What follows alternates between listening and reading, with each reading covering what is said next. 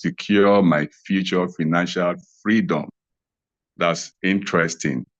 All right, from Austin, it says, is this program only for pastors? No, not only for pastors. Okay, it's for everyone who wants to invest and secure their future. So it's for everyone, not only for pastors. So you are also welcome to the program. Austin, you're welcome. Okay, for Charles, it says, strategy for property auctioning or acquisition. Okay. All right. For Kelvin, it says heightened understanding of how churches can benefit from real estate investment. That's beautiful. And then for Anthony, it says to learn more about land banking and secure my financial future. Oh, that's nice. Okay. For Christopher, said, I desire to have my dream homes and secure financial freedom. That's good. And then for Igodaro, said, learn about church investment. Okay. For Emmy, said, to have more real estate knowledge as a pastor. All right. More are coming in. That's good. For David, Adeleke said, hi, good evening, everyone. Good to see you, sir, Dr. Stephen Akintayo. My expectation is to catch up on real estate opportunities and how it affects and benefits the church. Okay, that's good. For Mr. Frank, said to have mastery on real estate investment and how churches can benefit. Okay, for Mr. I can't say the name clearly, Adamu, to obtain strategies for property acquisition. Okay, that's good. For Mr. Austin, said to knowledge of running a real estate firm. Beautiful. Your expectations are very interesting to note. And I want to assure you that you have signed into the very right program this evening, Nigerian time. And everything you need to know about investment in real estate, you will learn and get from this program. So that we don't take further time, I'll be going straight to introduce to you our distinguished host and speaker for this program in the person of the chairman, founder of GTEX Holdings and the Stephen Akintayo Foundation, Dr. Stephen Akintayo. We take the center stage now and we begin the program right away.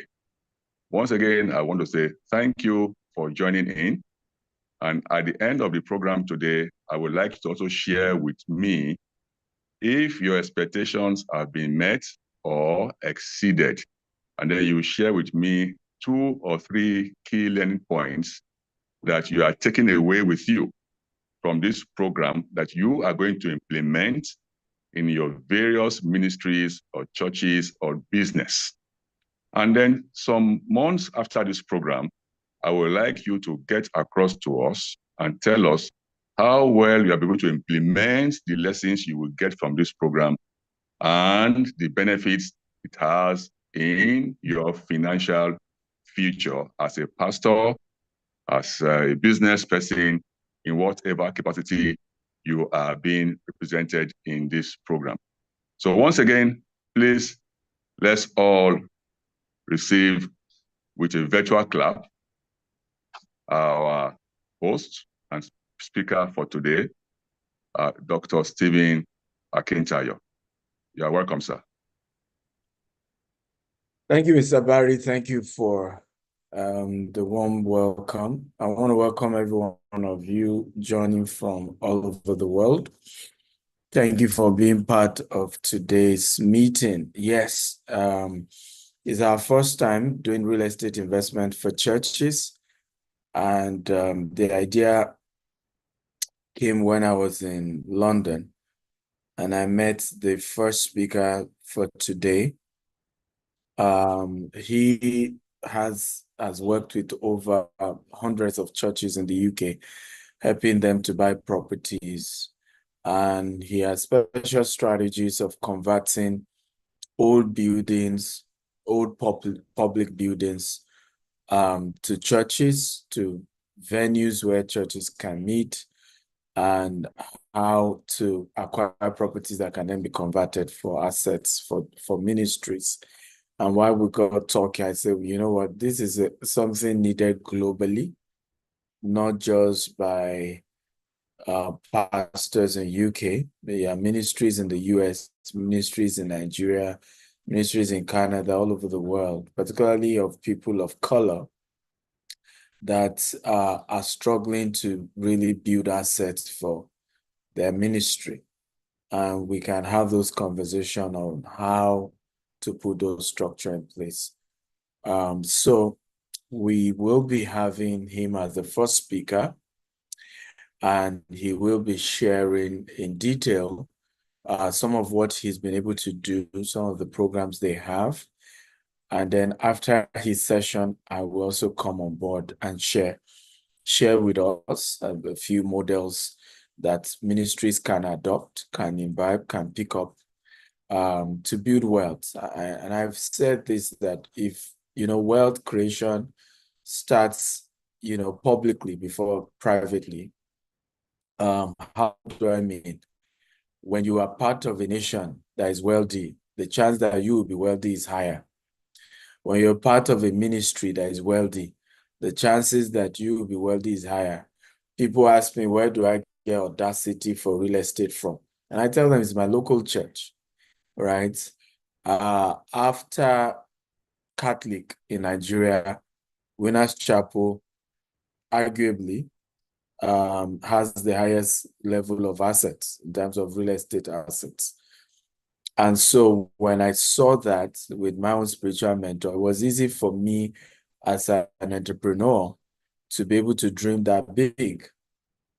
Okay, so a lot of ministers need to know that the appetite of the ministry to build wealth for the ministry goes beyond just helping the ministry. It emboldens the members to also dream big, build big businesses, build big institutions, and gives the audacity.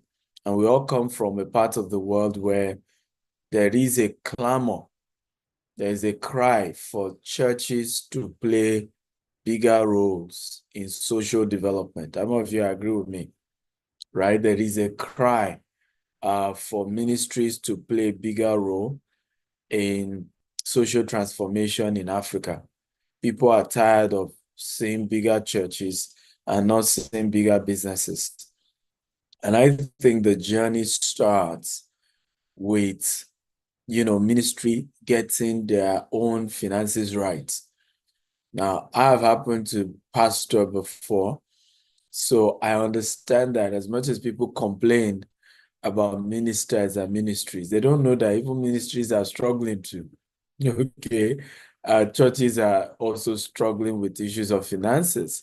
So when you are not telling a pastor who hasn't really done business before to begin to help members create more businesses, it becomes quite difficult. And that's why we feel conversations like these are important. We need to begin to work with pastors to say, how do we get the ministry finances right? Okay, I think I did something with P. Daniel some time ago for young pastors. And we talked about how young ministers can begin to build their own personal wealth. I mean, I was humbled when P. Daniel reached out to me and said, Dr. Stephen, I need you to mentor me when it comes to this subject of wealth. I know fire. I can bring down fire. But the subject of wealth is something I haven't gotten right. And I was quite humbled that he did that. And gradually I said, you know what, can we do this beyond just you in person? Can we work with other young pastors to begin to see how we can help them, build wealth for themselves? Because and that's why I authored the book, The Billionaire Habit for Pastors. You can't give what you don't have. If a pastor only rely on prophet offering and salary, that's called self-employment, right? He himself cannot easily raise people who will think entrepreneurship, who will think business, who will think investment. It will be difficult because he can't give what he doesn't have. So for me, it was very important to say, how do we work with pastors? But now we're saying, how do we even work with ministries to begin to acquire assets? So I'm super excited with our first speaker, like I said, because he's done that for hundreds of churches, and he's going to speak for himself, Mr. Somi Adegoke. Incidentally, the two of us are pastors in our local churches. We didn't start any ministries. We're apostles in the marketplace, but in our local ministries, we are ordained pastors there. And so we kind of understand the both sides. We understand the arguments by people saying, hey, we need ministers, we need ministries, to play bigger roles in terms of apostles in the marketplace, in terms of social transformation. We get that because we are in the marketplace. We also understand the challenges ministers are facing, right? Because we've also had to pastor churches where there's no money, we are not paid even as pastors. We had to build church building for the ministry. We had to gather, small members to try and raise funds, to get our church property, so we get it. And I think we both felt when we met that, you know what, we have something to really offer the body of Christ, and with what God has done in our lives, we can really work with a lot of ministries. So, ladies and gentlemen, put your hands together for Mr. Somi Adegoke, CEO, Realboard Property Group, UK.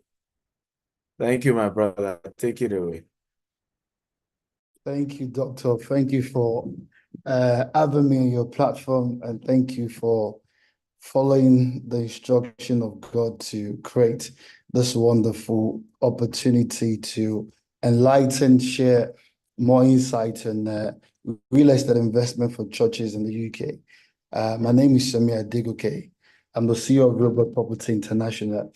It's no longer international, it's a group of company now. So let me correct that. Realboard Property Group, which I will explain a lot about what we've been able to do.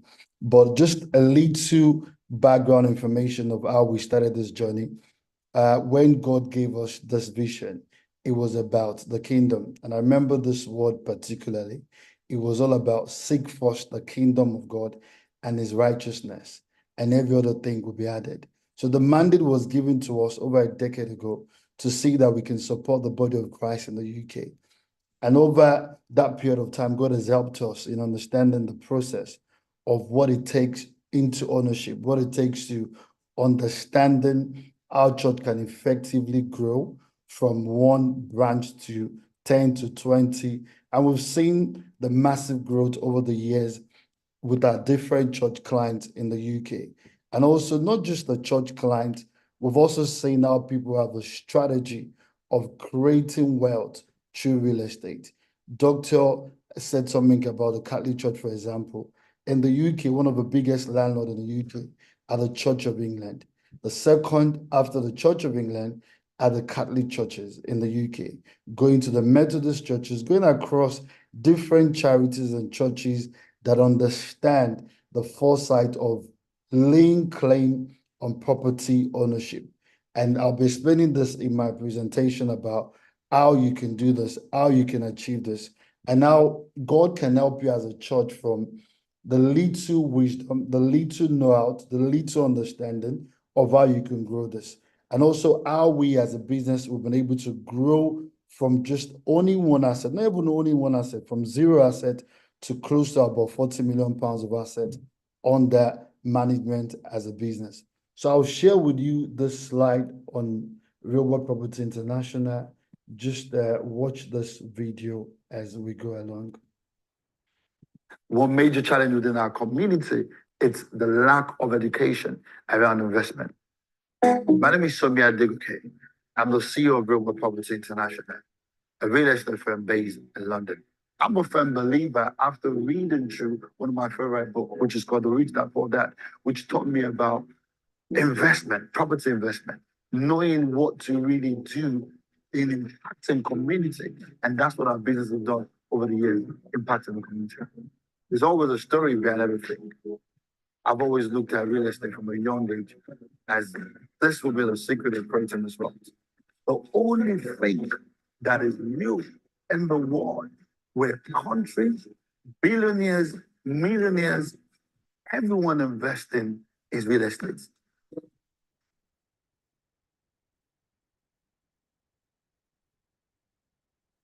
Oaken Place is a very, very, very beautiful, old church building full of so much history.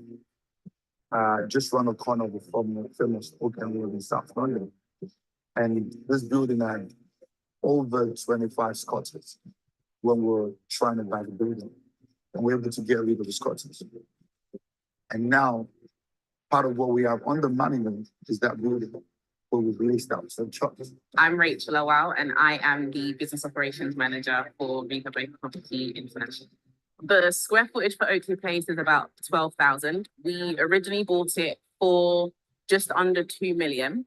With the renovations that we've got going on and the fact that we've got a tenant, it's now worth just over 5 million, and that's within a very short space of time. And that's one of the reasons why we actually get buildings like this. It's really great for churches. This is a really good investment for churches and something that they don't necessarily look at.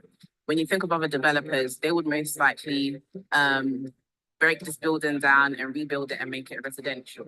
We are keeping it as a place of worship for churches so that they can build wealth. And that's one of the key things that we like to do with churches, educate them on how they can build income from their buildings, which is what we've got here.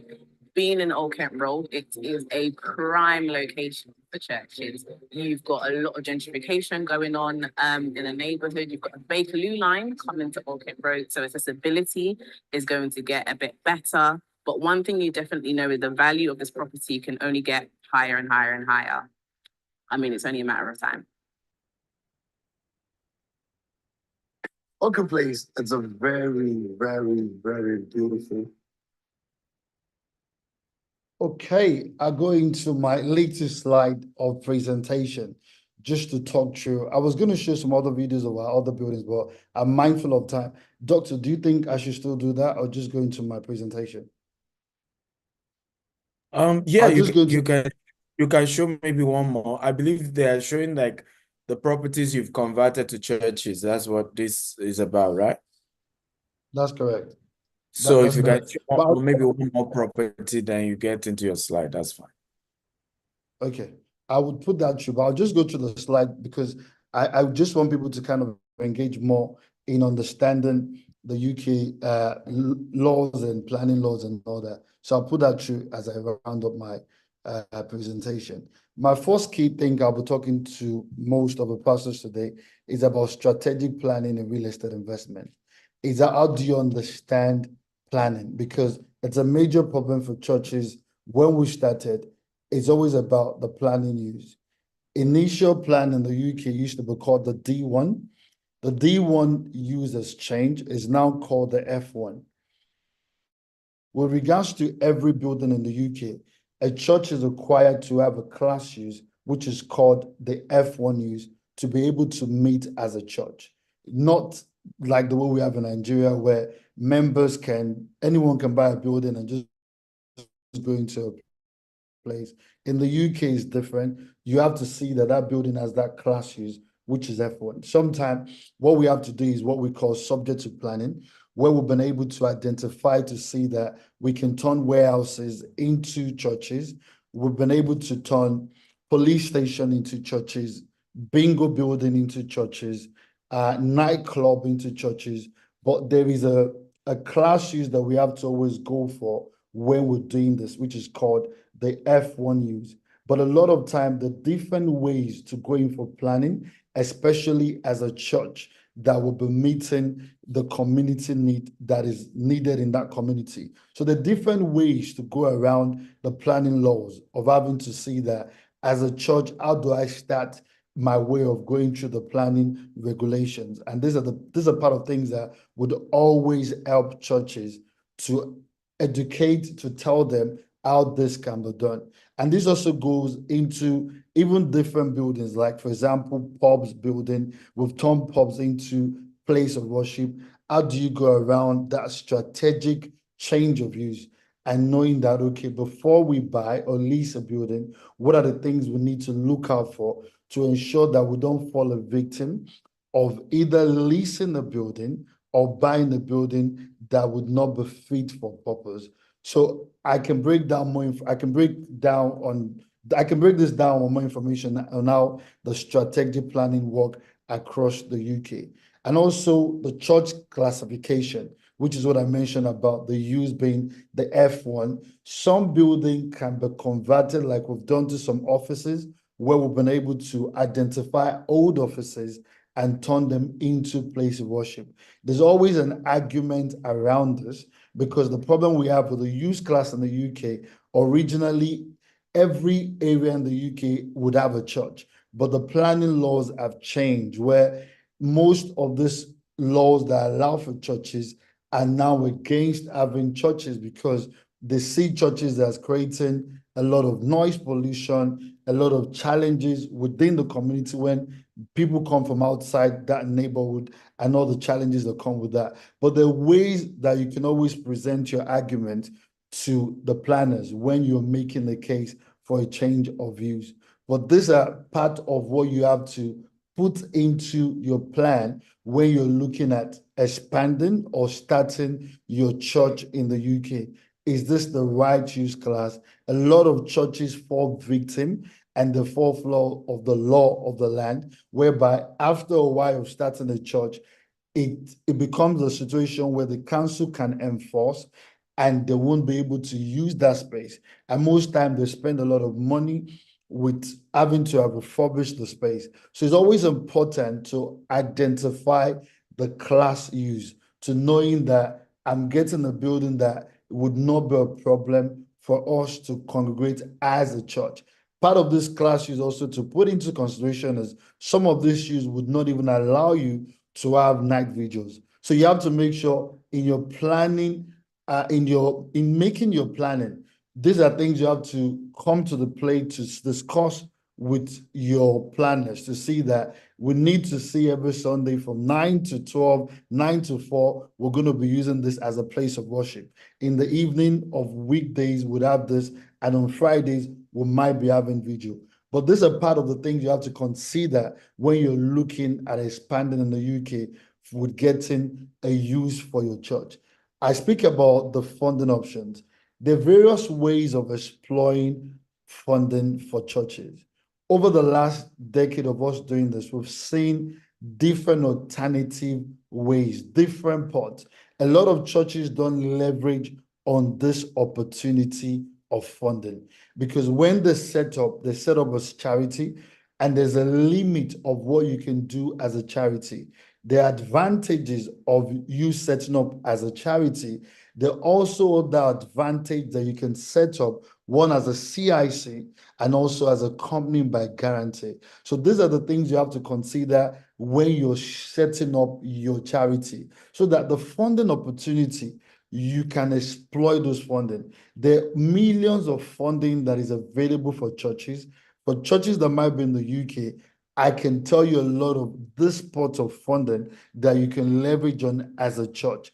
A lot of churches don't exploit this funding for reason best known, but I always say it is a funding that is given by the government. It's something you can leverage on to help your church.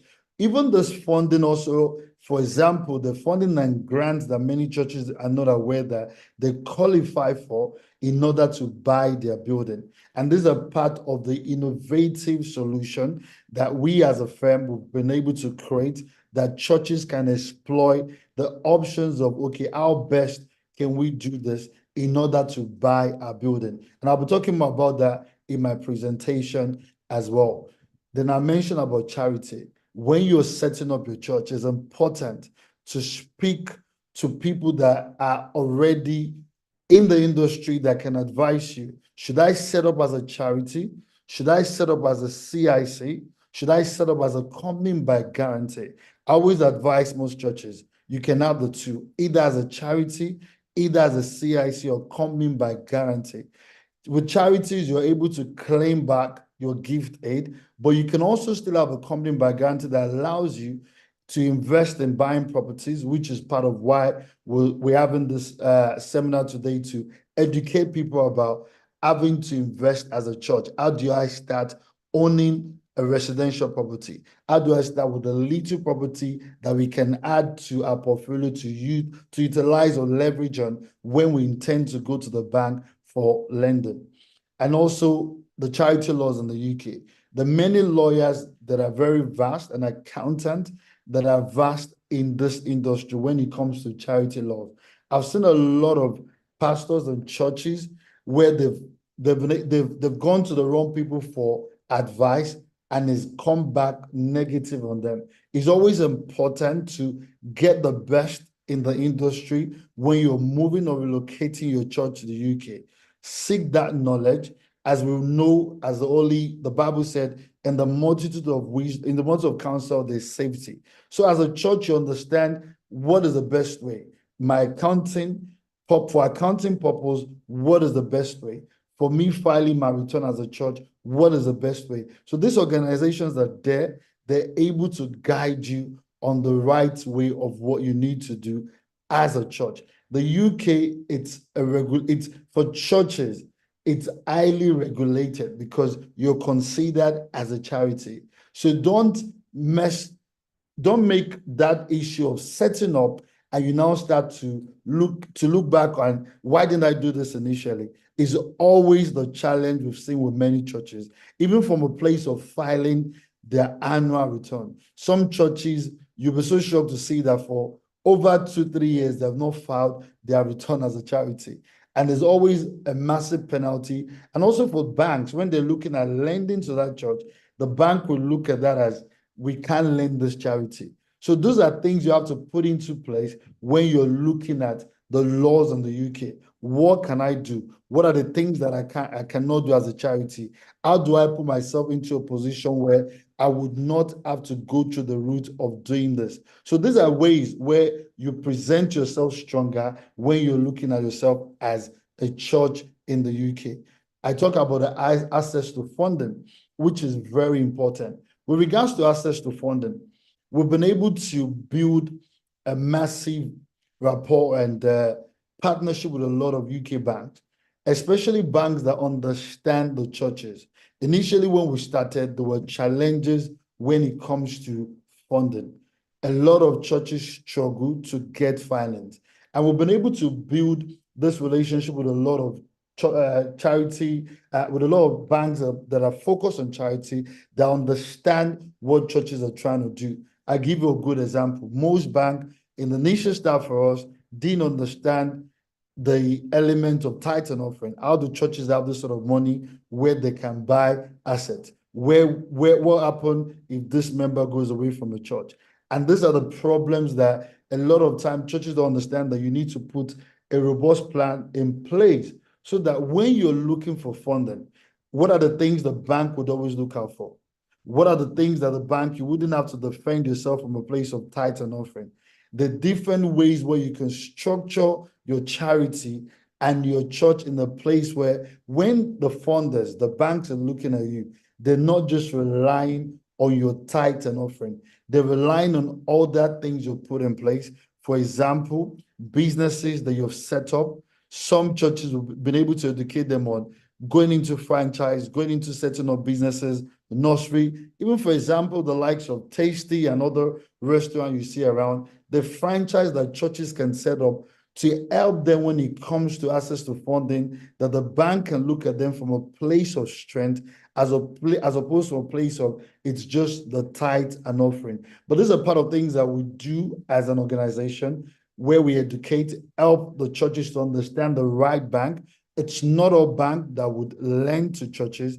The specialist bank that focus on lending to churches. The churches, the banks that are kingdom-minded, that we have relationship with that. It's just a matter of decision, looking at the case study of that church. I would always say this, you need to make sure with access to funding, your business plan on how do you want to utilize that space, not just on a Sunday alone of a morning service? What do you do on Mondays to Friday to see that you can get income from this building? And I give a good example of what we've done as a business where God has helped us is when we set up with church building, we have co-working spaces in the building from Monday to Friday. We have income from the co-working spaces. On Saturday, the different activities, but on Sunday, the spaces are still being used as churches. So helping to see that in order to, for affordability and also access to funding, we can access good funding from the bank. There's something that is called in finance loan to value, where the bank will look at you and say, okay, you can, rather than lending you 50%, based on this income you're generating, would lend you 70%. So how do you as a church see from a place of the access to funding, you're able to leverage? There's something we call in real estate, it's leverage. The power for you to be able to leverage is very key as a church. So leveraging from a place of, if you're starting one branch today, if your branch is in London, how do we leverage that in less than 5 years? We can have 10 churches. And this is possible from how you've structured your church from the start of your funding. So if you're buying a building, you know our target is in the next 5 years or 3 years, we want to strategically leverage on the bank funding to be able to scale, to see that we can grow with this access to funding. There's a lot in the place of funding, and I always advise churches to see that leverage with the bank. It's always important to see how much you can leverage on. We as a business have been able to leverage on that, and that has helped us within the short time period to grow as a business. So leverage on bank finance for a church is important because you have the opportunity to be able to do that. So that's one aspect of access to funding. The other funding that are not just bank, that you can also access. The pool of funds that a lot of churches are not aware that they qualify for, where other faith organizations are leveraging on, other charities that are not even faith-led organization are leveraging on. So the couple of funding pools that you can take advantage of as a church. We've seen many organizations, even many churches. For example, we've just recently set up a church fund. We've seen the likes of Assemblies of God that have created the fund that has helped now to become a bank. The Kingdom Bank came from the back of the Assemblies of God fund. So if you're an established church in the UK and you have your assets, you'll find you can start to think about creating a fund that can help your church grow quicker. And that can be a fund that is done by the members of the church pulling funds together, getting a return on investment to help the church scale, to help the church grow. But members are also leveraging on the good return on the fund because it is real estate focused. But this is information that, because of time, I won't be able to go into a lot of this information of how do you start that, but we can always help putting the church to this necessary information on what you can do. The other part for churches that are starting up in the UK is always something I say about the role of the church in the community. I always lay emphasis on this because we've seen how churches that are meant to make a lot of impact, leverage on access to funding and grant from the government because of their role in the community, not doing a lot of this. As a business, we have a social impact fund. I didn't know this until we went into setting up a fund to understand that it is part of the strategy. As a church, you're making a major impact in the community. Some would ask me, okay, how do we differentiate the spiritual impact?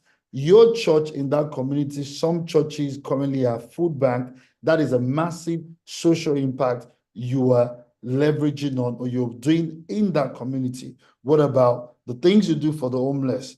If you're not putting this as a social impact where you're writing about your food bank, your shelter, the shelter bank, the support you're giving to people within your church, these are things you have to make sure you're laying emphasis on, talking about them, putting it on your website, showcasing what you're doing, how you're supporting your local community as a church, so that when even banks are looking at you, because these are part of the things that the bank would always look at from a place of your role in the community. What do you do in the community?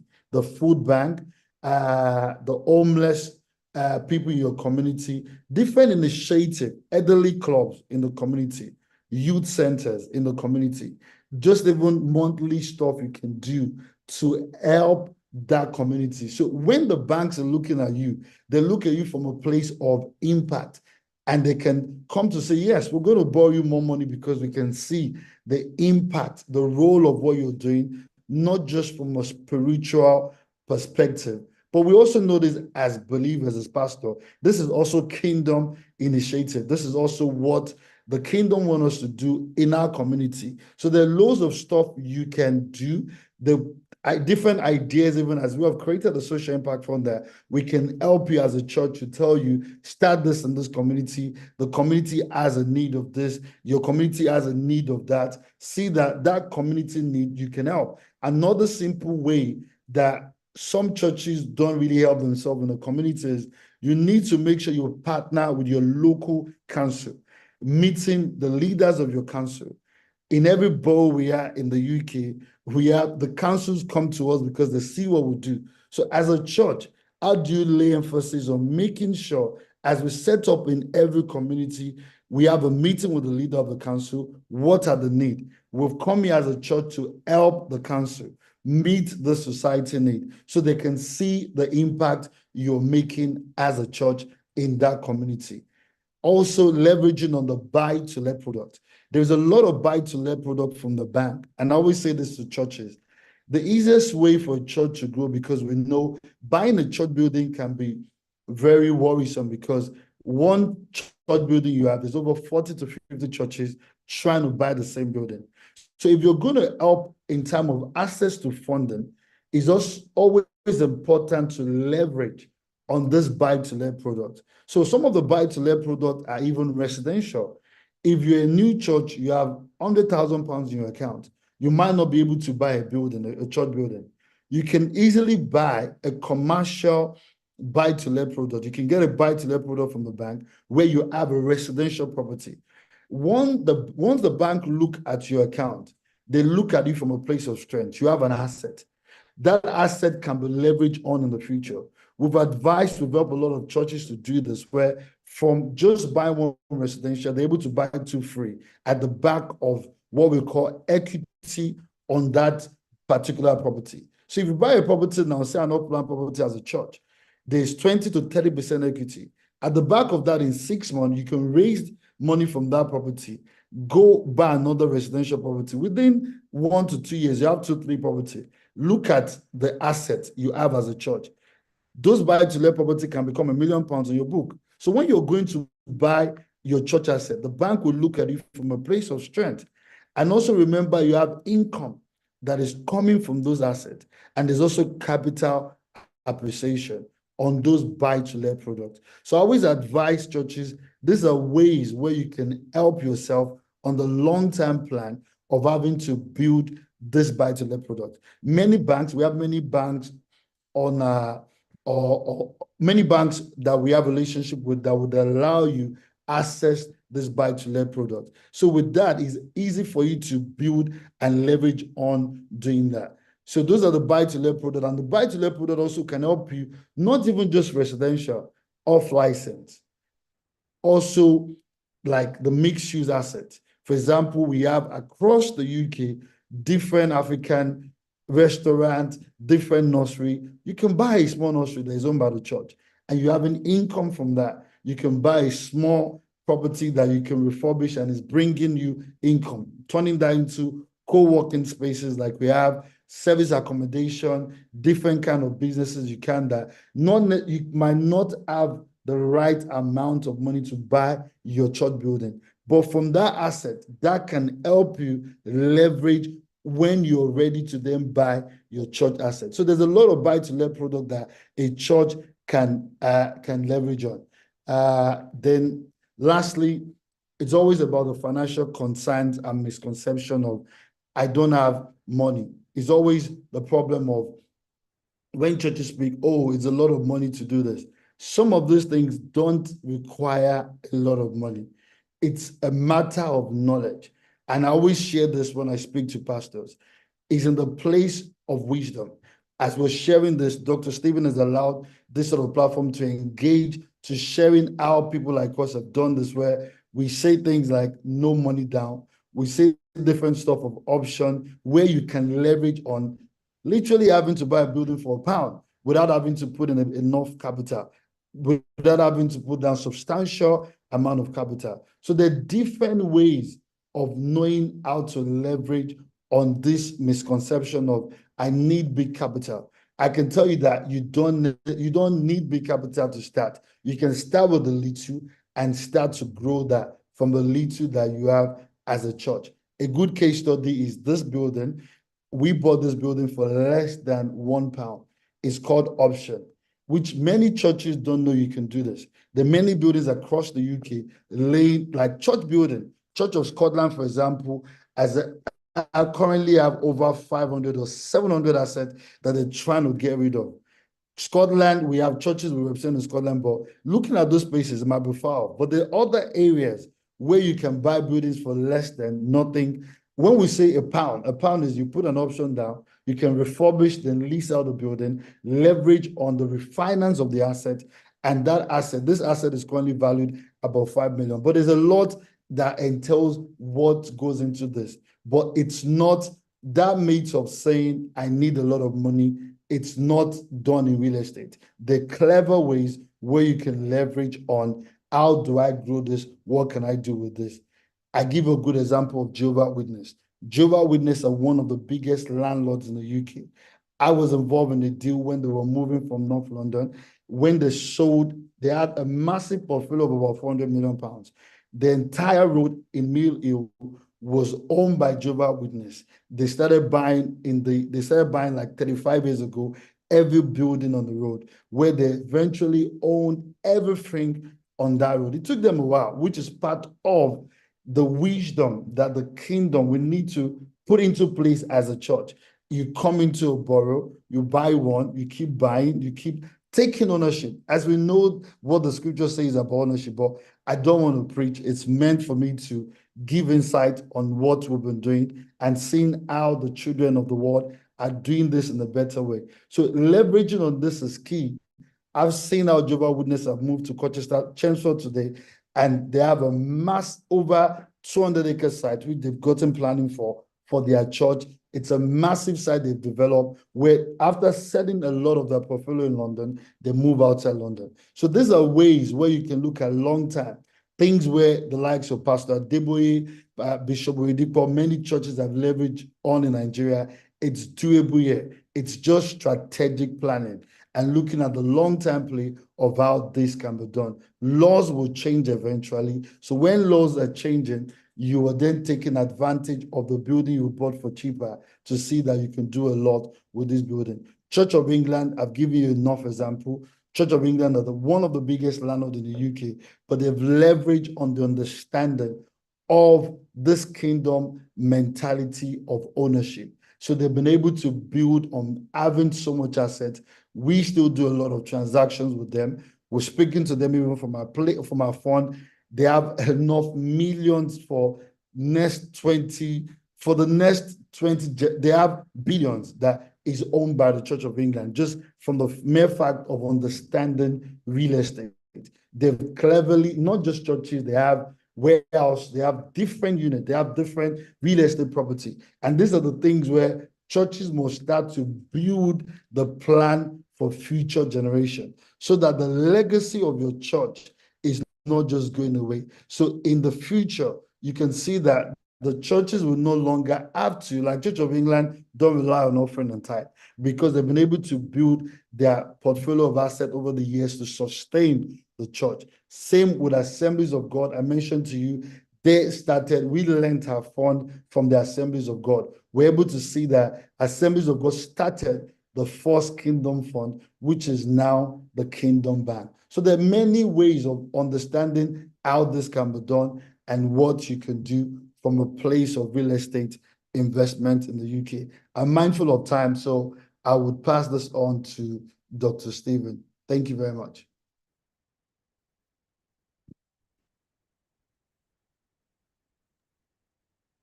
Okay. Thank you very much, sir, for this very wonderful expository on investment in real estate for pastors. Okay, before Dr. Stephen comes on board, I don't know if anybody in the audience have some questions you want to ask. You have questions, we can go to the Q&A. We have a lot of questions, I Yes, think. sir. Okay. I would love if we can take the questions together once I'm done with my Okay. presentation, because questions Okay. usually will take time.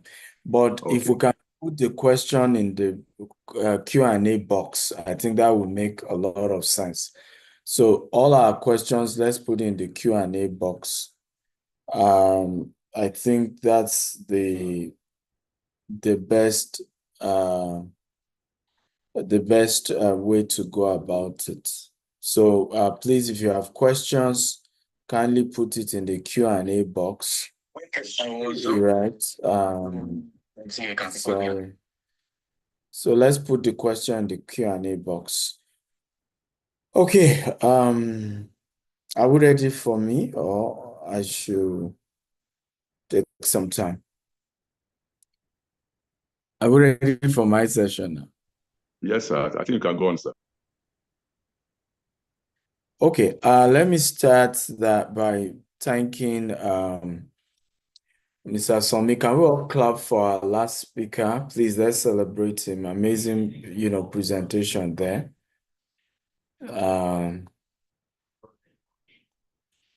Please, let's clap for him. Okay. I want to start by saying that for me, I think it's very, very important that I can see Felix Boadi. Please put your question in the question section, the Q&A section. I can see Mr. Stephen Olugbenro. Just take your question to the Q&A box so that it's easier, because as people type, your question will just disappear and we will not be able to see it. But let me start by saying that I believe strongly that, ministry and commerce are very, very linked. In fact, I believe strongly that ministry and government are very, very linked. And if you study the world history, you will see that every government eventually carried along her own religion, her own faith. But the genesis of all of that is real estate, right? The genesis of all of that is real estate.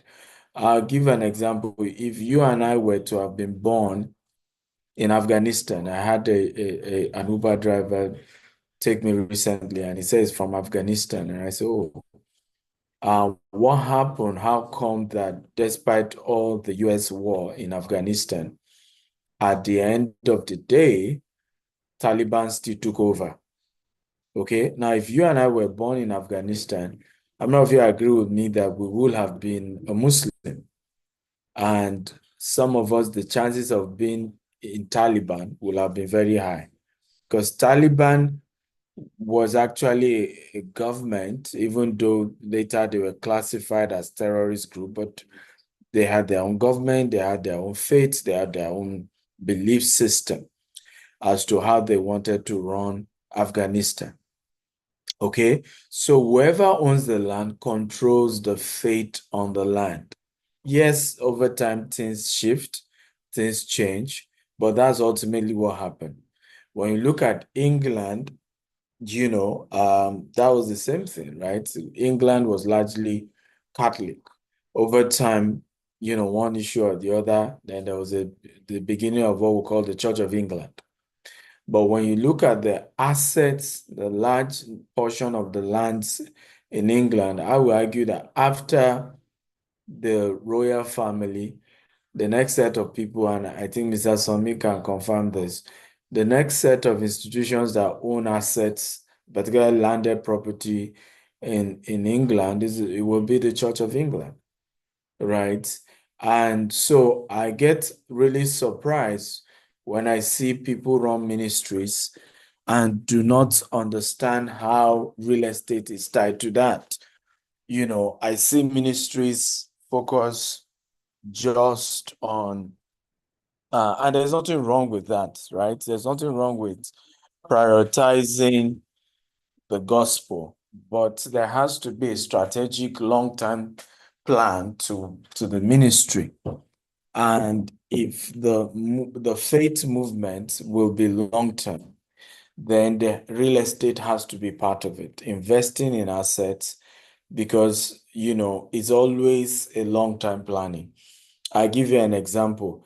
If Catholic, for example, had not had a long-term plan of investment, I don't know if you agree with me that most of the Catholic churches will have been sold today.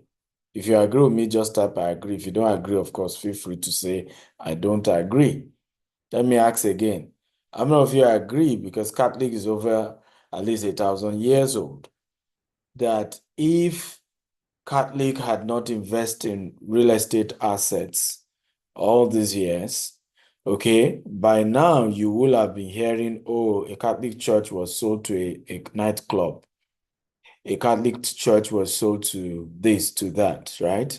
But because the strategy of every Catholic church, even while expanding to Africa, the strategy remained the same. And I'm going to start with land banking. The first strategy was land banking. As Catholic moved to Africa, you know, people still don't know that Roman Catholic has the largest land concentration in Nigeria. Okay? You know, somebody said they start with farm. You know, they start with farm, but yeah, that's how you start land banking. You know, land banking starts with you buying farmlands.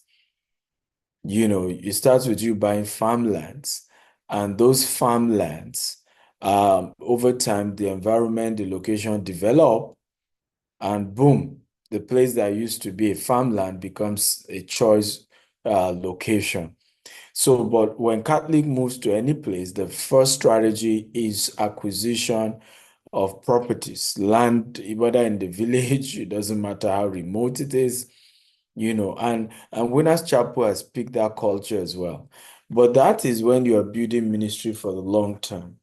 And my fear is that the Pentecostal movement, by the way, how many of you are Pentecostals here? If you're Pentecostal, let me see, just type I'm Pentecostal.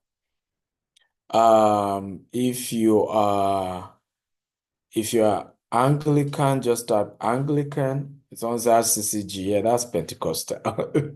So if you're Pentecostal, just type Pentecostal. If you're Anglican, type Anglican. If you are Methodist, type Methodist. If you're Catholic, type Catholic. I know by default, majority of those here will be Pentecostal, and I think that's what I'm seeing from those who have typed. All I'm seeing here is Pentecostal, Pentecostal, Pentecostal, right? And if the Pentecostal movement will be sustained transgenerational, okay, I have to be honest with you, we have to get right real estate investment. We must get that right. If we don't get real estate evangelicals, good. I mean, Pentecostal came from evangelicals, right? So if you don't get real estate right, if you don't get it right, then God forbid that a time will come, we'll literally be telling people that Pentecostals used to be big in Africa, and people will be saying, what are you talking about? What is Pentecostal? Right? Because like I said earlier, you know, the owner of the land determines the religion that is practiced on the land.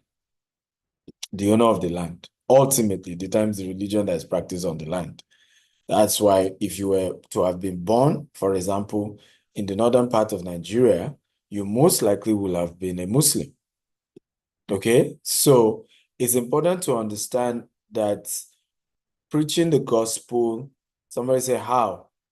How? Because you will have been born to a Muslim family. If you're an Hausa man, the higher chances that you will have been a Muslim. The chances are much higher because there are more Muslims in the north than Christians, because there are a good number of Christians there.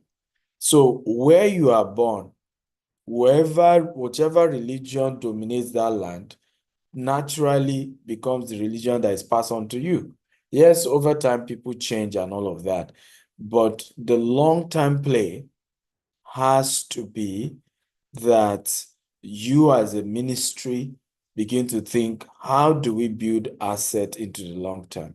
I hope this is helpful. If it's helpful, please can you type, this is helpful. So let me start my presentation proper. If you can see my slide, let me see. If you can see my slide, please type, I can see your slide. So I'm going to start with my profile and then we get into today's class. Dr. Stephen Akintayo is Africa's most influential investment coach. He is a member of the Forbes Business Council and a recipient of several prestigious awards, including the Forbes Best of Africa, Leading Investment Coach and Real Estate Mogul by Forbes Best of Africa Award. He is the chairman of GText Holdings and the founder of Stephen Akintayo Foundation. GText Holdings is the mother company of 11 subsidiaries with a highly innovative and young workforce. These subsidiaries include GText Homes, GText Land, Stephen Akintayo Foundation, GVest, GText Farms, GText and Associates, GText Academy, GText Soft, GText Hub. GText Holdings has several branches in Nigeria, which include Lagos State, Ibadan, Abeokuta, Asaba, Abuja, and Port Harcourt. Other offices are in Dubai, the UK, and the US, and the company plans to extend operations to other African countries like Ghana, Rwanda, and Uganda. Dr. Akintayo Real Estate Firm has a plan to build 25,000 green and smart homes with golf courses, polo clubs, mall, hotel, hospitals, schools, and universities across Africa by the year 2035, and control another set of 25,000 properties outside of Africa, with a total real estate asset worth $40 billion by the year 2035. Dr. Stephen Akintayo is also the host of the Global Property Brokers Conference, the largest brokers conference in Africa. Now renamed the Global Wealth Festival, several renowned speakers like Grant Cardone, Ryan Serhant, Dr. John Maxwell, and others have been brought on the platform. Dr. Akintayo has hosted some of the world's most renowned speakers on his platforms like Robert Kiyosaki, Brian Tracy, Les Brown, Dan Locke, Toby and Tomi Arayomi, Toby Adegboyega, and several others. He is the host of the Investment Chat in a Rolls-Royce, which teaches people about different investment opportunities around the globe. Learning Luxury Show, a show that educates on the benefits of owning luxury and monetizing it, and Big Talk Show, aimed at enlightening youths and the general public on election-related issues in order to build the new Nigeria. He is also the host of the Billionaire Habits podcast, Burj Khalifa series in Dubai. You can watch them on the Billionaire Habits podcast. Dr. Stephen is also the author of 42 books. His latest are The Billionaire Habits for Pastors, Billionaire Habits for Entrepreneurs, and Becoming a Billionaire Land Banker. All his books can be found in Dr. Stephen's books. To book him for speaking engagements, email ej@stephenakintayo.com and contact the number on your screen for more inquiries. Okay. So welcome, and today's presentation is real estate investment for churches. And the first strategy I want to share is land banking. So what is land banking? Land banking is real estate investment strategies where investors purchase undeveloped land or underdeveloped land with the intention of holding it for an extended period, anticipating its appreciation in value due to factors like urban development, infrastructure, or zoning change. And this is really where you start from, particularly for ministries that are, growing up. Even big ministries, funny enough, have this strategy as the core. Ministries like Winners Chapel, Redeem, despite how big they are, Catholic, they buy villages, right? So I get amazed when growing ministries are not thinking that long term. I really get amazed. But when you're buying, what are the factors you are looking at? Transportation facilities, is it close to a third road or major road? Educational facilities. That's why if you notice, many of the Pentecostal churches like Winners and Redeem that bought larger land banking land, when that Geo bought Redeem Camp, I will soon share that story with you. It was literally forest, farmlands, right? Many of them had to put universities there. The advantage is that the university in itself helped to raise the value of that neighborhood. So it's either you put universities there, now you see all the other, even MFM, everybody had to put university where they did land banking. So it's either you put the university there or you leverage on the fact that there's an existing university there. Created environment, you can put in, hotels, resorts, and all of that. Natural resources on the land. These are key factors that you look at when doing land banking. Climate, labor force, leadership, and local laws and regulations, right? So these are all critical things to look out for. So what are the various phases of land banking? We have what we call undeveloped land, pre-developed land, and developed land. So underdeveloped land or undeveloped land, this is when it's still a farmland. If you look at the image at the top, you see that it's mostly farmland.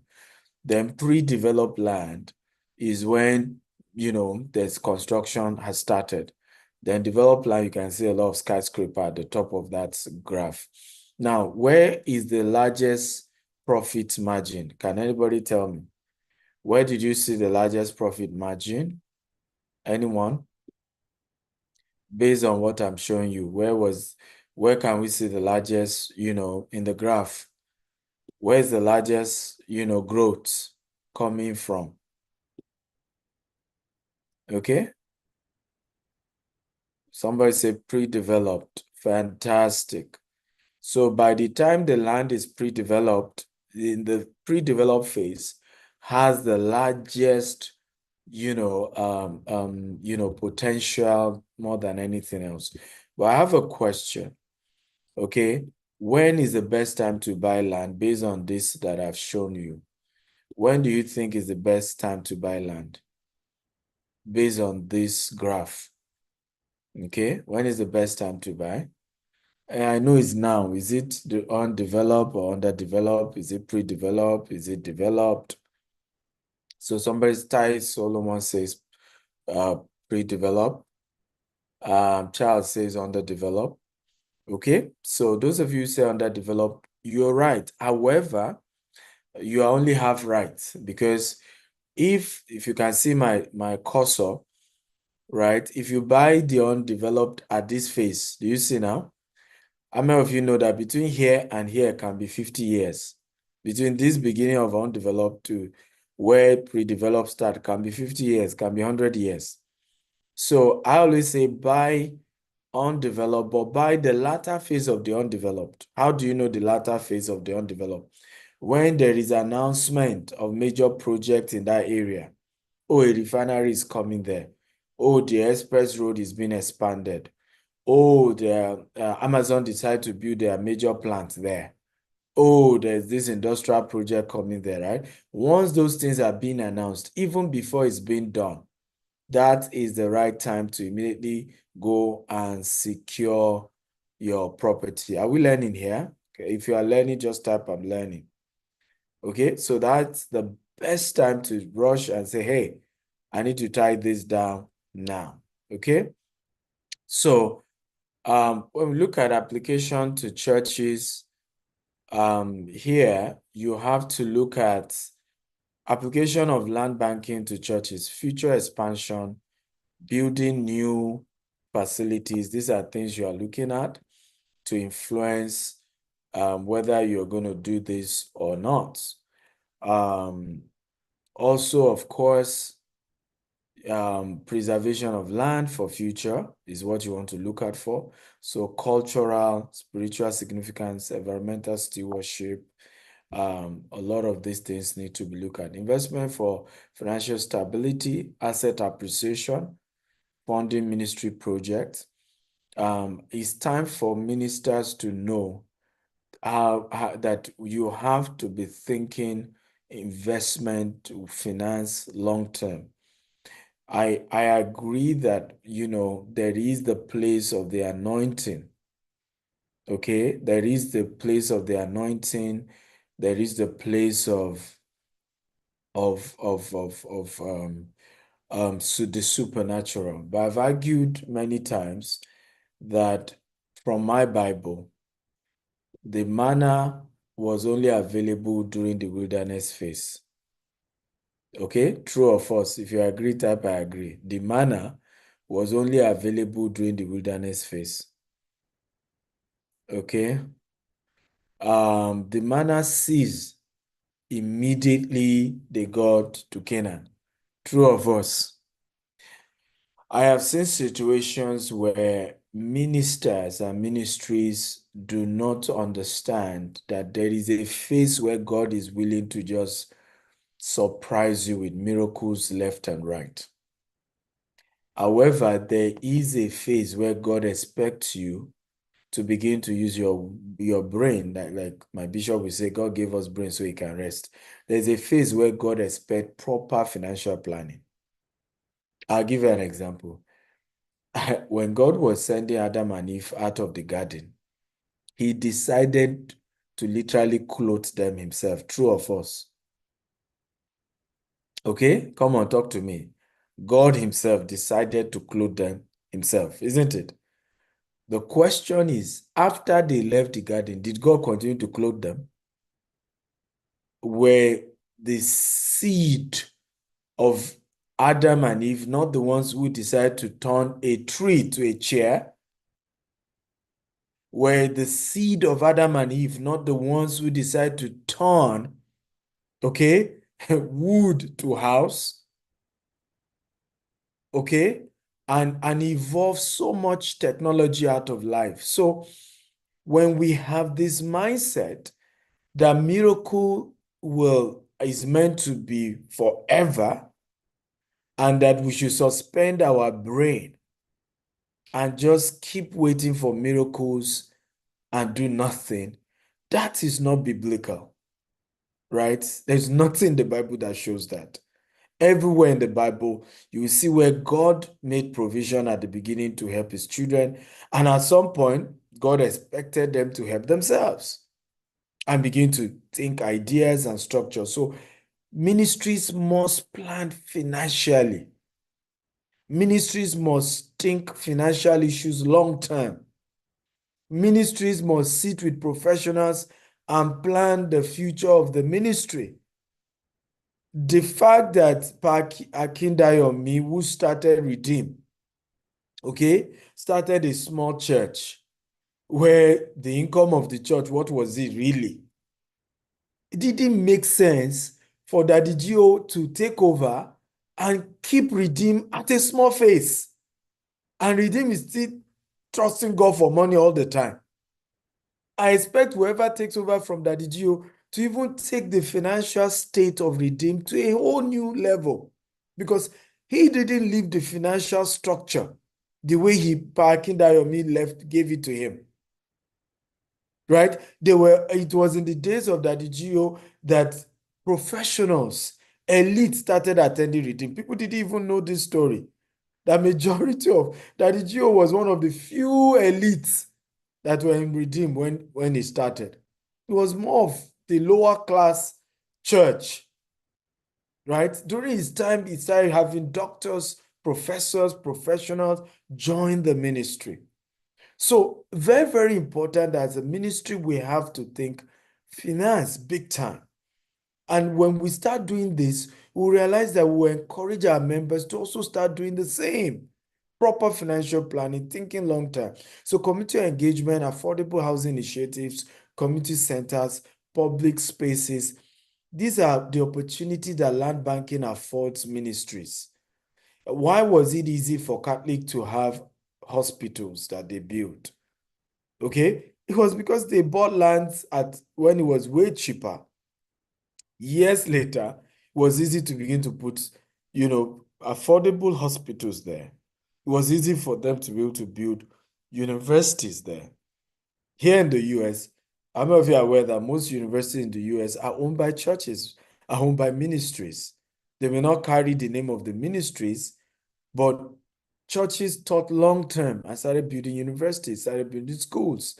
And years later, when those churches were no longer like the major denomination that younger people wanted to attend, these institutions continue to sustain the ministry.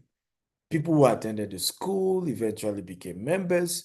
People who attended, and that went on and on and on. Now, prevent unwarranted development, land control use, urban influence planning. The fact that you've gotten the land when it was still undeveloped, right? You grow with the land. So a time will come, the land the church owns is in the city center. And the church can insist and say, we will not sell alcohol here. Right? We do not allow alcohol to be sold here. I learned a lot doing business in Dubai. Okay, how the Islamic community, and I will say this, with due respect, the Islamic community has gone far, right, in this area than we that were Christians. They've gone really far. Okay, I will tell you that.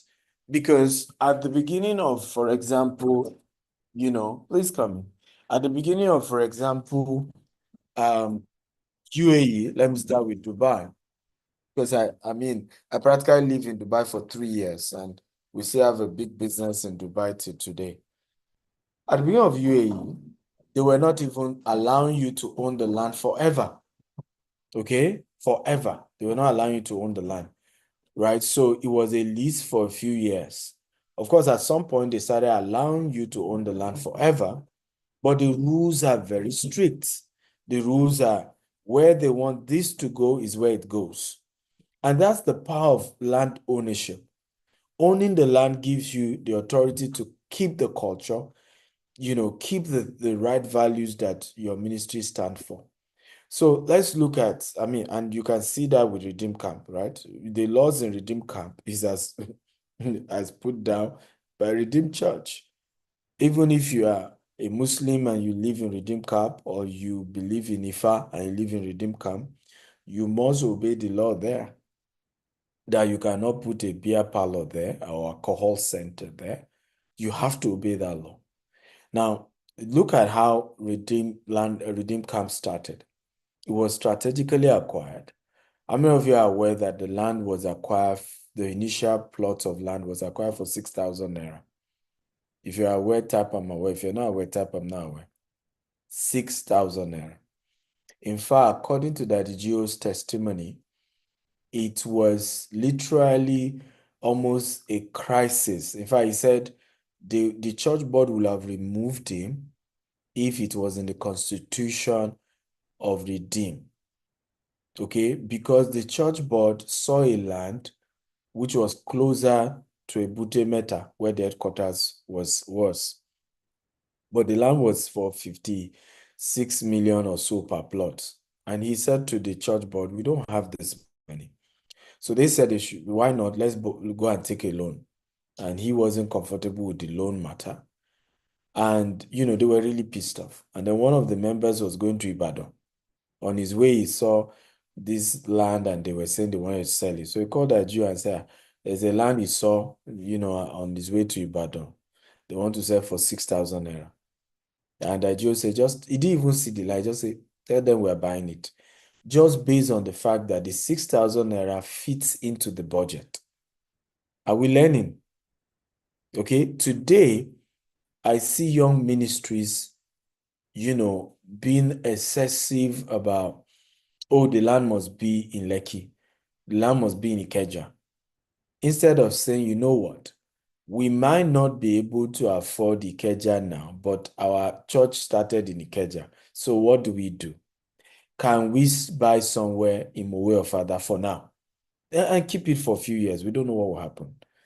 can we buy, something for now, right? I'm buying Ibejuleki and just keep it. Who knows what happened in the future? I remember a ministry, I've not mentioned their name, the founder recently passed on. And I got this 500, even before the founder passed on, over 500 acres of land with C of O, everything. And they were planning to do a university there, and they wanted to sell it. Huge money. And when the founder passed on, I said to myself, what if this man didn't have foresight? Because, he died in his late 60s. What if he didn't have foresight to have really helped this ministry to be on a solid financial structure? How will it have been how will it be easy to move on? Okay? So when we look at how strategic Redeem has become now, okay, because of Redeem, the entire Lagos-Ibadan Expressway is fully developed, and now a major strategic spot, right? Community impact, in terms of what Redeem is able to do with the university in Redeem Camp. We can go on and on to talk about other aspects of what the land has been able to become. Another one is Winners Chapel, Canaan land. I happened to live in that axis for a couple of years. And I know that initially the lands there were going for 50,000 naira until so your presence alone as a ministry has a chance of raising the value of that particular neighborhood. And that's what happened. When Canaan land moved to Ota, land went up, right? Many church members moved to that neighborhood, and it really helped the ministry.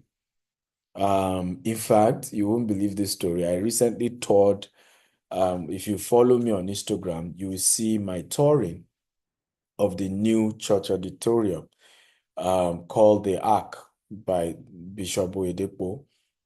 And I was asking Pastor Steve Oga when we did the tour, because the location now, can you believe that they still need land in that same place?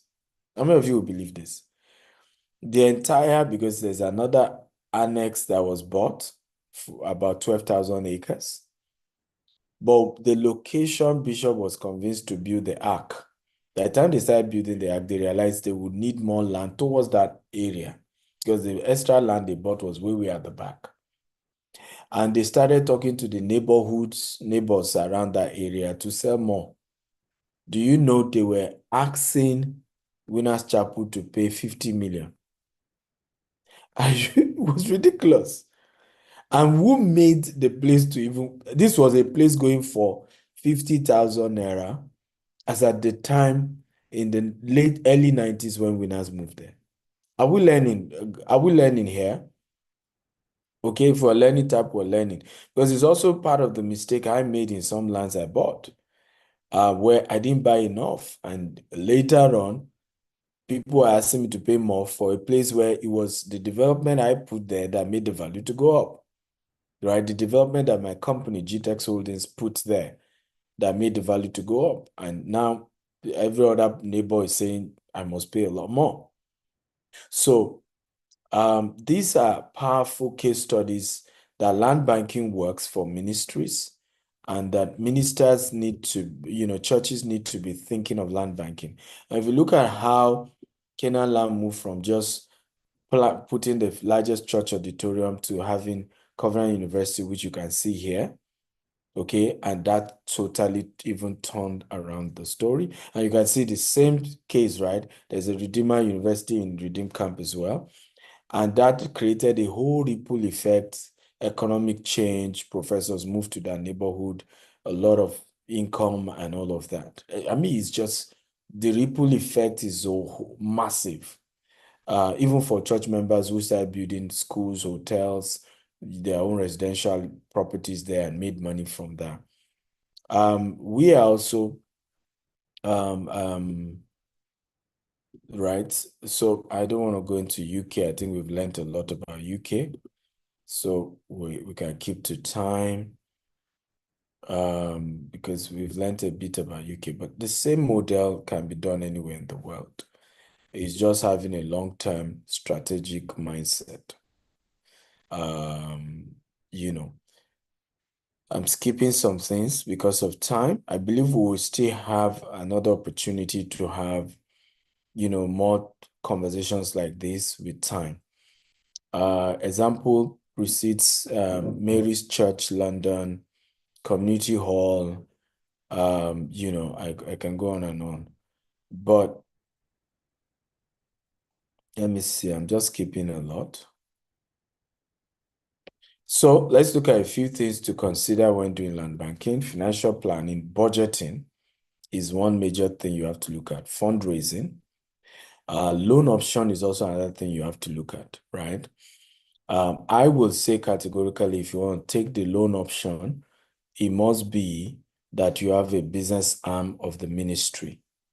If you have a business arm of the ministry, then it will be easy for the business arm of the ministry to take the loan. How do I mean? The business arm of the ministry can be run as a proper business, for profit business, so that the proposal and the structure can be done in a way that it is structured to be able to pay back the loan, or structure in a way it can service the loan. Okay, so do not go and use your church to take loan that it now becomes, many ministries have scattered over taking loan because it's now difficult to be able to service the loan. And that's why you notice people like Daddy Gio and Bishop Oyedepo are a bit skeptical about the loan conversation, right? It's because they've seen cases where churches took loan and it was the reason for the downfall of the ministry. It was just not easy to sustain the loan. Some had to even literally throw away the property almost like for free. So there has to be a business coming in. There has to be a business arm of the ministry.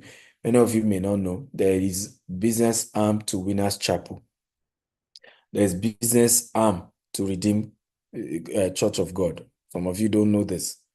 And trust me, that the Jew or Bishop Oyedepo may not preach it on the altar, but go and do your research and you will realize that what I'm saying is exactly what I'm saying. There's business arm to all these ministries there's business arm to Catholic. Are you aware? Catholic has a fund. Okay, so please and please, it's time to begin to have the right perspective about how churches are run, ministries are run in the long term. And this conversation is if you are serious about ministry in the long term, transgenerational ministries that, even when the founder is long gone, the ministry is there. So I will just be skipping. We have a lot of case studies because I know if I don't give enough case studies, a lot of pastors will have doubts about what I'm teaching. So how can churches strategically get funding, right?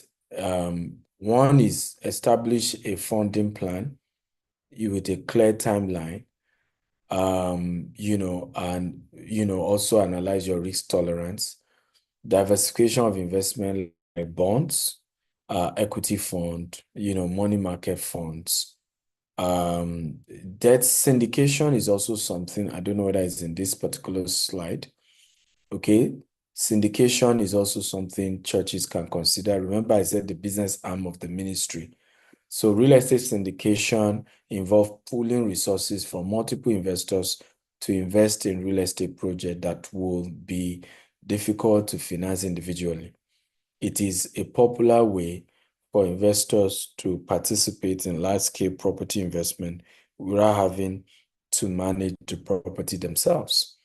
A lot of your church members will be willing to be part of the real estate syndication where they are putting in funds and then they will get returns over time. Ministries can set up syndications as well as the business arm. We have, there are different types of syndications. We call it real estate investment trust. There's the mortgage, there's the hybrid, there's the public traded real estate investment trust, there's the These are under REITs, Real Estate Investment Trust. There is also what we call the debt equity syndication. Equity syndication means they co-own the property. Those who invested co-own it.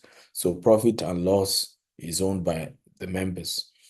Then we have the debt syndication, which means they don't co-own it, right? They will only just be getting returns on investments based on whatever happens. Okay, that's called debt syndication. So in the case of debt syndication, you are the core owner, and you take the liability, and then you are paying them returns on investment. Okay. For example, this is one of our own projects here in the US. This is our latest project. It's 99 acre. And this is an example now. This is an example of what we are doing as well. So in this case, is a 99 acre land in Brookshire, Houston, Texas, and we're selling per acre $150,000. Now, ministries can choose to come and buy 5, 10 acres here, right? I can assure you in 5 years' time, it will more than double. But what we're also doing is that we have syndication for this as well, where people are able to invest, and we keep using their money to buy more of these kind of properties, and then we share the profit we make with them.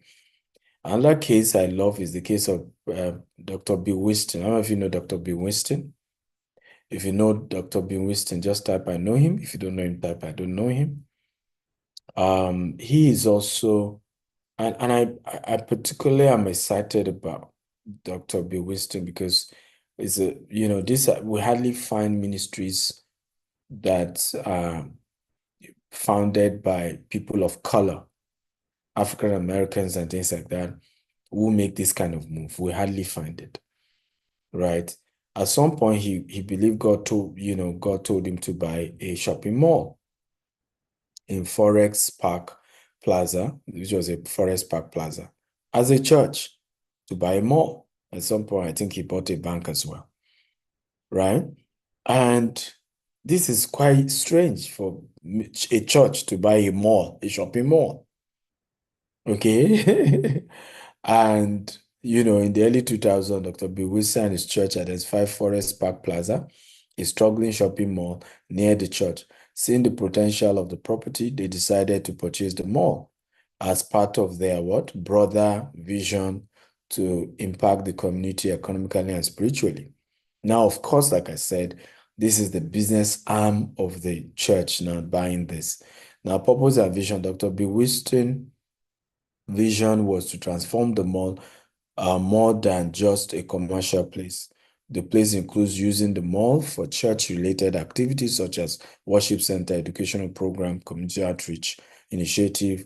Remaining space will be continued to operate as a commercial property, generating income through rental payment from businesses. Are you seeing that? Right? So you see how you plan ministry such that a time will come, even if no member pay tithe and offering, ministry keep running, and you are not frustrated, to put undue pressure on members.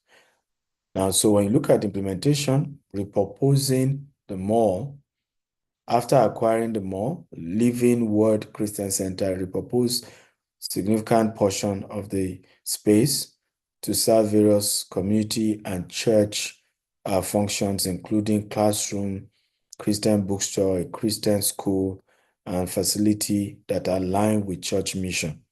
So you can't sell alcohol in the mall. They only took in businesses that comply with the values of the ministry. Economic, community, and economic impact. By retaining the commercial tenants in the mall, the church ensures steady income stream that supported both the upkeep of the property and the church broader financial goal. Additionally, the mall became a hub for community activities, offering several services like job training and business development program, which align with Dr. Bill Winston economic empowerment mission. And I think that's where Joseph Business School came from. I don't know if you have heard of Joseph Business School.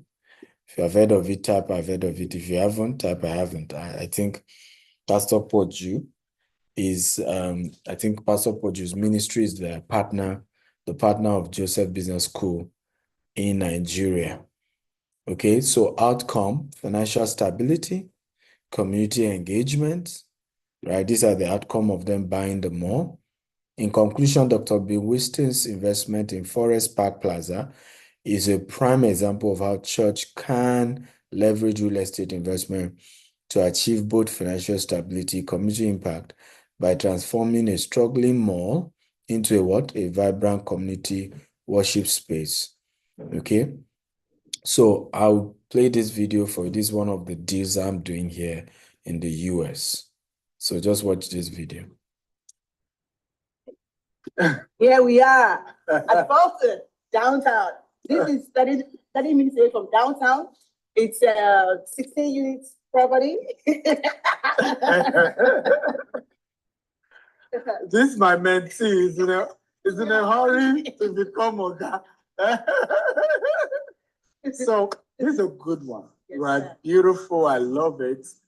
We have the train station or metro line on top. It's on Main Street.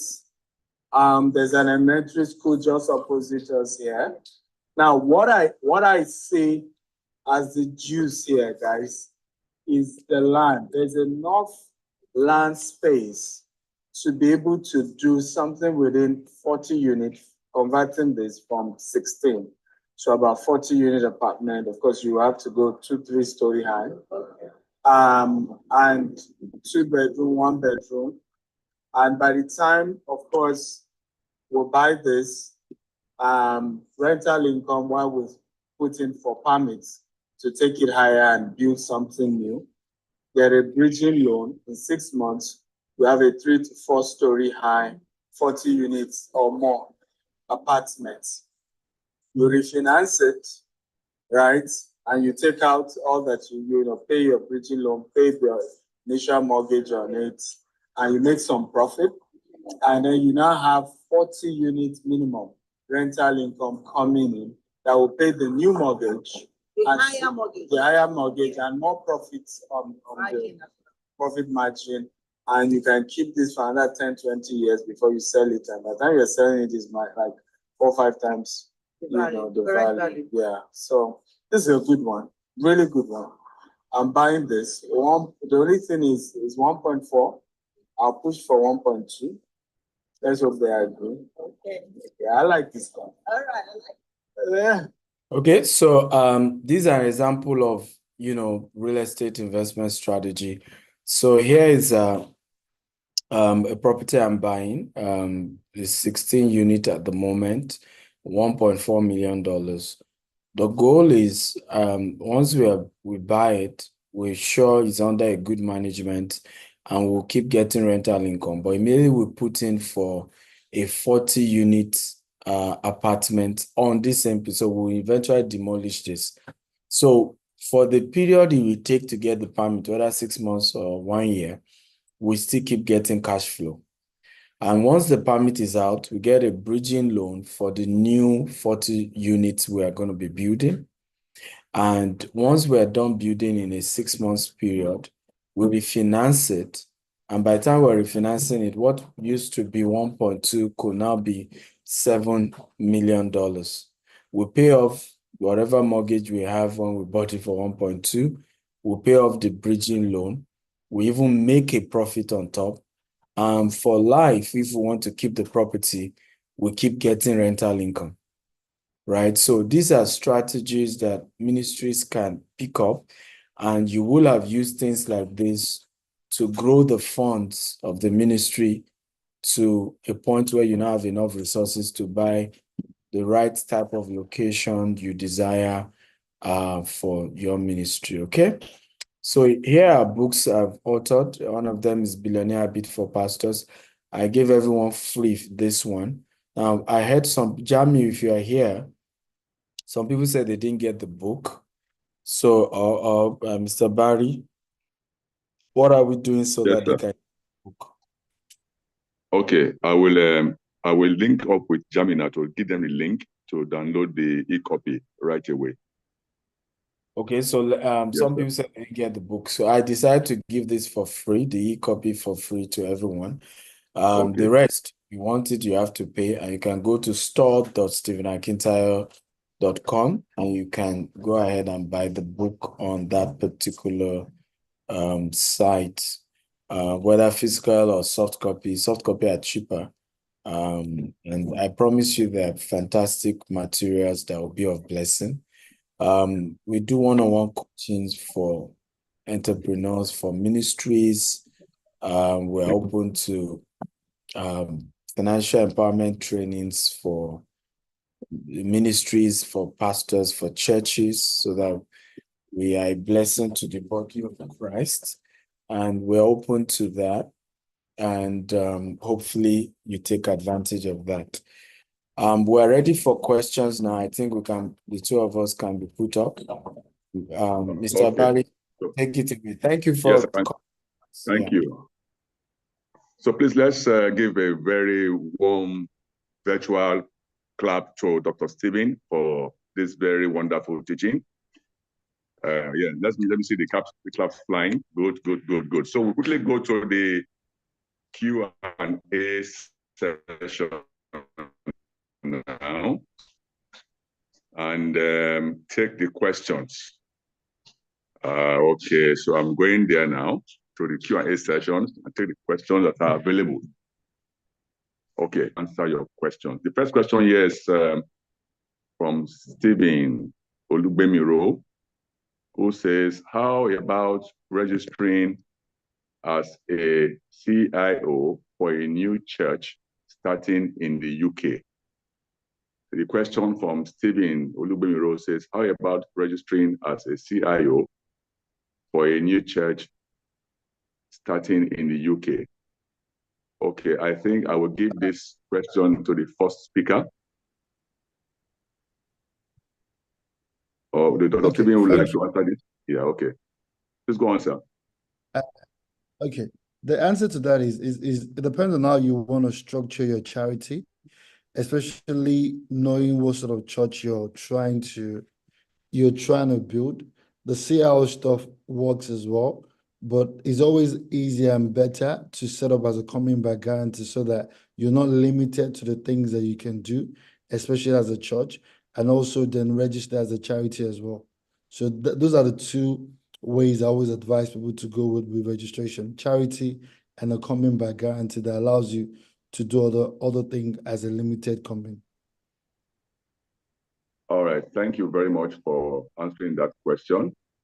The next question still goes to you, sir. It's from Felix Boadi, who says, how do I go about registration of my ministry in UK? I can send you information. I can send you recommended people that can help you with doing that. So just reach out to us. My team will send information on someone that can help you with that. There are a couple of organizations that are great or good accountants that can do that for you.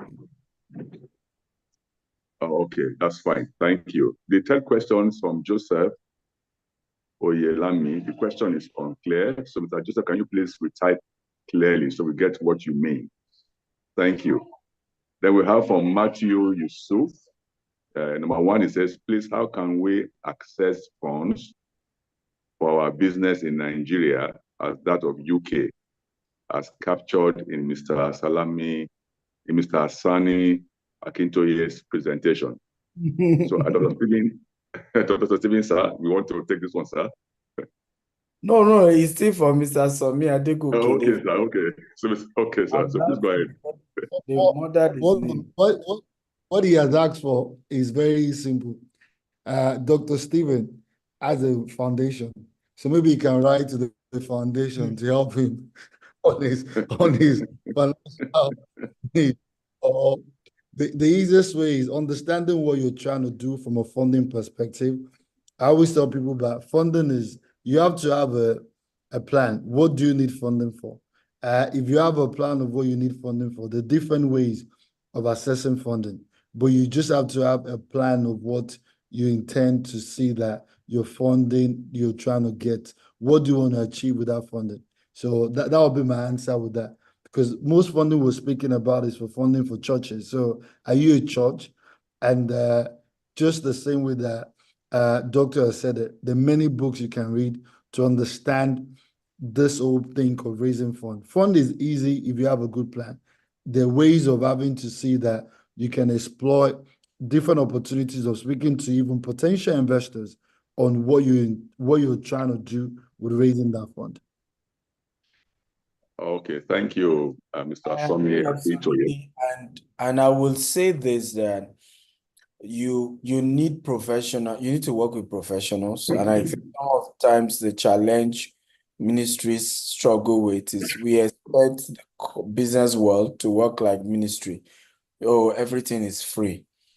As soon as you really want a professional job to be done, get consultants, pay them, even though you're a ministry, right? And pay them to say, we need this to be set up for us. When ministries come up with this mindset, the ministry will move further and be able to have proper structuring. I mean, a lot of ministries have run into trouble because everything was just, let's do for who God we touch to do it for free. And it's the same mindset they've put into their members as well, who are not taking responsibility for financial destinies and are just waiting for church to do everything. So these are areas we need to work on. Okay, all right. Thank you, Dr. Stephen, for that. So please, you need to consult further for you to get clarity on how you can invest in Nigeria. The next question is from Stephen Olugbemi, Olugbenro, who says, or will you suggest to use a different charity formation approach based on your experience to be able to harness and thrive with all mentioned in your presentation, sir?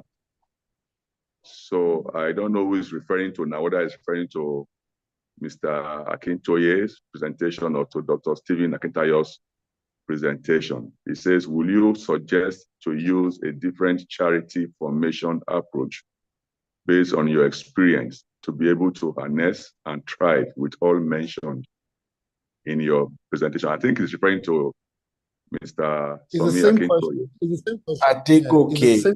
Barry, you keep okay, I apologize. Okay, apologize. No, okay. I think I've answered them. It's the same question. I've answered them. Okay, all right, that's fine. Okay, so one more question. It says, are you able to share? Okay, no, it's asking if we can share the slides. One more question. Say, good evening, sir. God will keep blessing you, sir. Sir, please, how can we? Okay, we'll get you the link for the ebook. We will create a WhatsApp group for this program, and then we'll drop the link there for the free ebook that Dr. Stephen has given to you, so you can just click on it and download it. That will be done shortly. Okay, so another question from Charles Udim. He says, how do we register a new church in Canada? He's asking, how do we register a new church in Canada? So, Mr. Adeoke, you want to take a tip on that?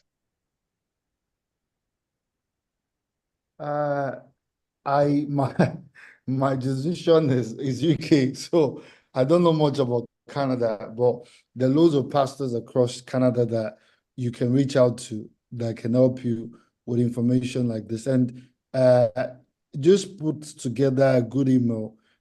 Churches that are easy to just give you that information on what you need to do if you're trying to set up. Just find a pastor that you can just reach out to with your plans and they will give you an answer. Okay, thank you very much for that.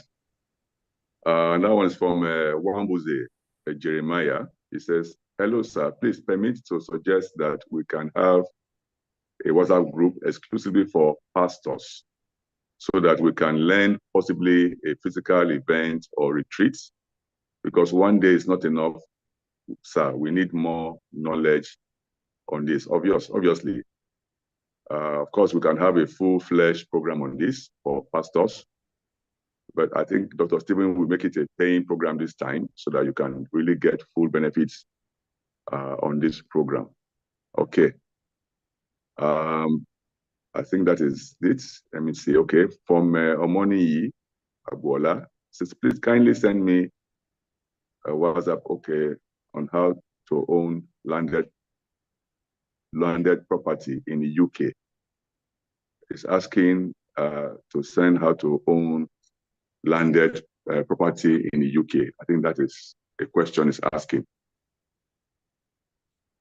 Okay, so Mr. Somi is, I don't know, maybe his network cut him off. Oh, okay. Okay, but I think he's back. Mr. Somi, are you there? Yes. So Yeah, someone is asking how to it's own a asking. landed property in UK. Let me allow you answer it. Probably give him on. Or the different ways that you can obviously buy the many land opportunity, but you need to understand what the land is for. Are you buying a land for land banking? Are you buying a land to develop?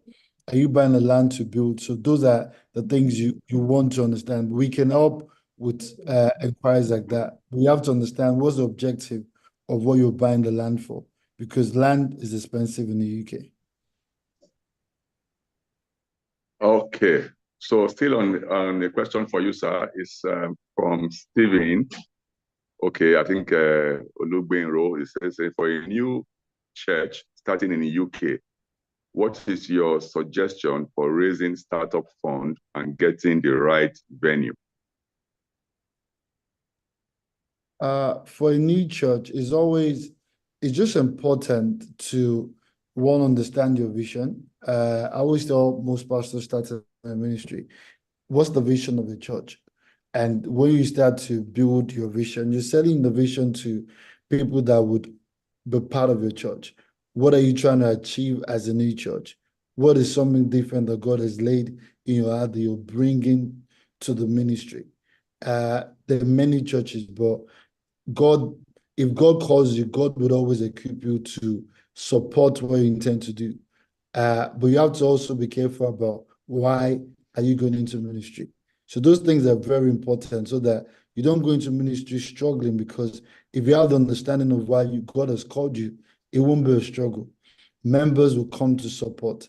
And the person that's giving you the vision, which is God, would always make the provision.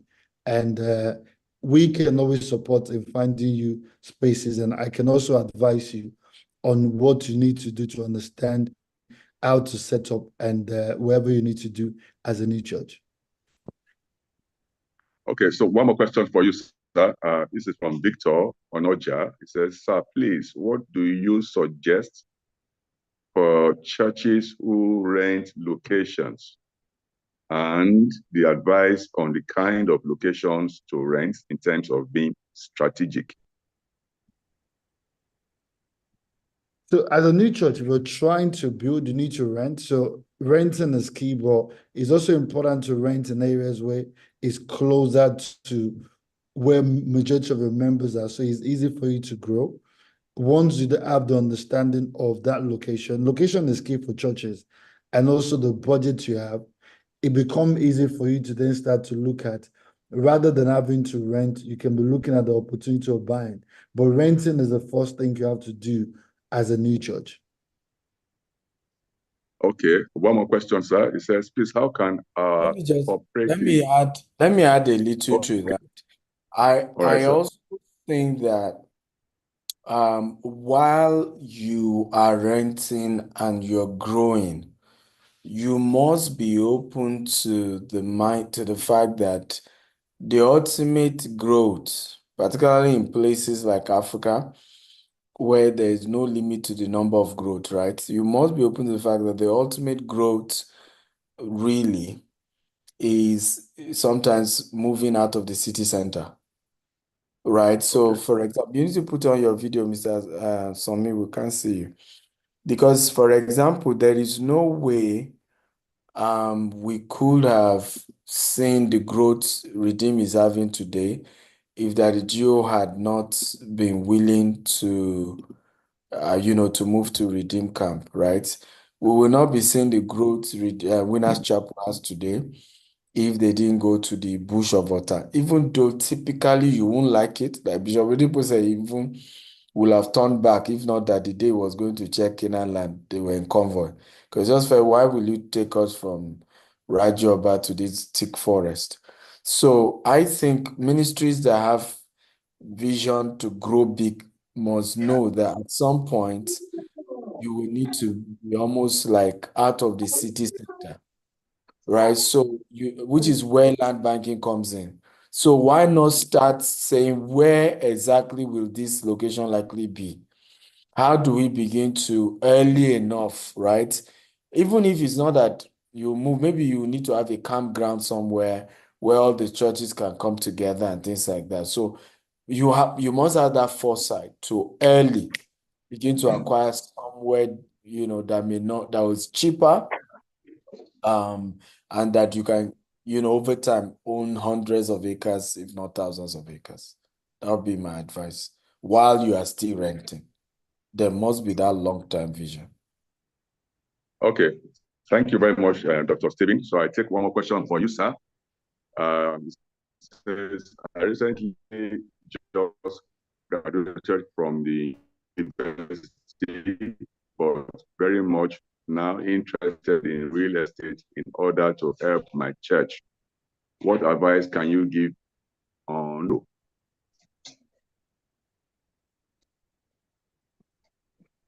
And this is for Dr. Stephen, sir. I'm not sure I got that question. Okay, it's saying I recently just graduated from the university, but very much now interested in real estate in order to help my church. So it's asking that what advice can you give on starting up on this journey? Real estate in order for him to help his church. You need to help yourself first before helping your church. Because I see all of, we often make this mistake. I mean, two poor people cannot help themselves. One has to get to the top before he can throw the rope to help. There are current areas you can help, which has a lot to do in, the area of service in the kingdom of God and, being a faithful member. But you need to first think of real estate for yourself. And when, you've built a good real estate business, now you can buy a whole land and build churches and donate it to your ministry and you can go that route. But the beginning is you learning about real estate work, building your own real estate empire, and then at some point being able to help the ministry. Okay. All right. Thank you very much, Dr. Stephen, for this wonderful question and answer session.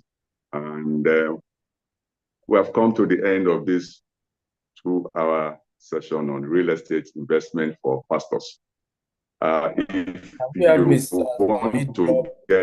that's for me, can drop his details, right? Website, phone number, social media handle, and all of that. Because I'm sure many people would love to connect. Okay. Okay, so that will be done. Before that is done, I can also say that we have a full version of this program for churches, but it will be a paid event. We'll send you the link. So if you want to register for the full version, the link will be dropped on the chat on the WhatsApp group. So please make sure you join the WhatsApp group, and then we'll be getting in more information to you on the WhatsApp group on the day and month and time for the full version of this program. All right, so before we finally leave, can you please share with me on the chat box, each of you, just one key lesson that you have taken from this session? Okay, so please go to the chat box and share with me just one key lesson, okay? Anthony said, I got value from my time. Many thanks to Dr. Stephen. Okay, that's good. So let's share on the chat box. Let's share on the chat box. Okay, I want you to see on the chat box value that you have gotten from this program today. Okay, I'm waiting to see, I'm waiting. Okay, Lucky says, understanding the business wing of the ministry. Okay, that's beautiful. All right, so let's keep sharing. Let's keep sharing. Let's keep sharing. Oh, Matthew Yusuf says, a great lesson and secrets unveiled. Okay. G1 is now F1. Okay, that's good. Working with local authority. Okay. Another one, Oluchi Loveth says, I learned a lot about how real estate works. Okay. And then from Stephen Olugbemiro says, valuable. I'm having to change everything I did in regards to charity formation and registration. Okay. From Olusheyi, it's an insight for ministry assets on properties. All right. From Omoniyi, he says, thank you, sir, Dr. Stephen Akintayo. Great opportunity in the UK. Good. From Charles Odim, it says, I got value. Thank you, sir. All right. From Austin, it says, I sincerely appreciate the program. Great exposition on church ministry and business investment. Okay. Ty Solomon says, I am blessed. All right. And one more, Anthony says, one key lesson value I've gotten today is that it is very impossible to be in ministry and still get it right financially. That's wonderful. From Mike Yondo says that ministries should think real estate. Okay, thank you very much for sharing your valuable lessons from this session. Is there any last word from Dr. Stephen and first speaker before we call it a day? Any last words, Sas? Let's have Mr. Sonmif go first, and then I will give my. No, thank you, Dr. Stevie, for having me. Great insight. And I think for me, it's the important thing is be a doer. Just whatever you've learned from this session today, don't waste it. Just make sure you apply the knowledge. And the books are also there from Dr. Stephen to learn. So just grab a copy of those books. Information are always in books like that. So it's important to order books like that and just put yourself into the application of the wisdom we've learned today so that in another 1 year time, we can be seeing you as maybe Dr. Stephen or someone like me. So you have the opportunity of even becoming greater because we have made mistake, we've learned from mistake, and you have people like us to help you and give you more insight on what you can do better. And praying that God's grace on everyone so that we can all do exploit for what God has called us to do. Thank you so much for having me. Thank you very much. Now, one time, Mr. Sonmif, for coming and sharing valuable insight. I've gotten some of you asking recording. So we stream these events simultaneously on Facebook and on YouTube. So if you go to my YouTube page, Dr. S. Akintayo, you can get the recording. Is there already. We had a lot of people watch on Facebook and YouTube while we're here. So it wasn't just those of you on Zoom that watched this. So you can always go to the YouTube and you get the recording easily. Someone said, can we add guests from Canada? Again, when it comes to investment, you can be in Canada and invest in UK. You can be in US and invest in Canada. So there's no barrier to the things like this. You can be a ministry in Nigeria and yet be investing in the US or in UK. So there's nothing that stops you from sharing informations like this to any pastor in the world, because these things can work anywhere in the world. It can work in Zambia, can work in Kenya, right? There may be little terminology, change in terminologies, but real estate investment is real estate investment. Land banking is land banking. Buying properties, changing the purpose and all of those things is a global thing. So what we've taught you today is not just a UK thing or a US thing. It's a global, practicable strategy. So Dr. Ezra Akintayo on YouTube, you can subscribe and watch the entire presentation today. My final word is, I believe God has called you to do great exploit for him. But you see, just the same way it takes money to run romance, it takes, money without, and anointing without money leads to annoyance. And so you have to structure your finances well. And trust me, and I've seen ministers where you know that this one has gotten to a place of annoyance, right? A lot of what we call extortion by pastors, sometimes just the pastor is financially really under stress, right? And it calls for manipulation and things like this. But these are things you can learn. The Holy Spirit can open you up to how to structure your finances, that of the ministry, in a way that people can come and worship God without pressure, without any coercion. And I think it's ministries like that that people give more to, right? It's ministries like that that people want to attend more.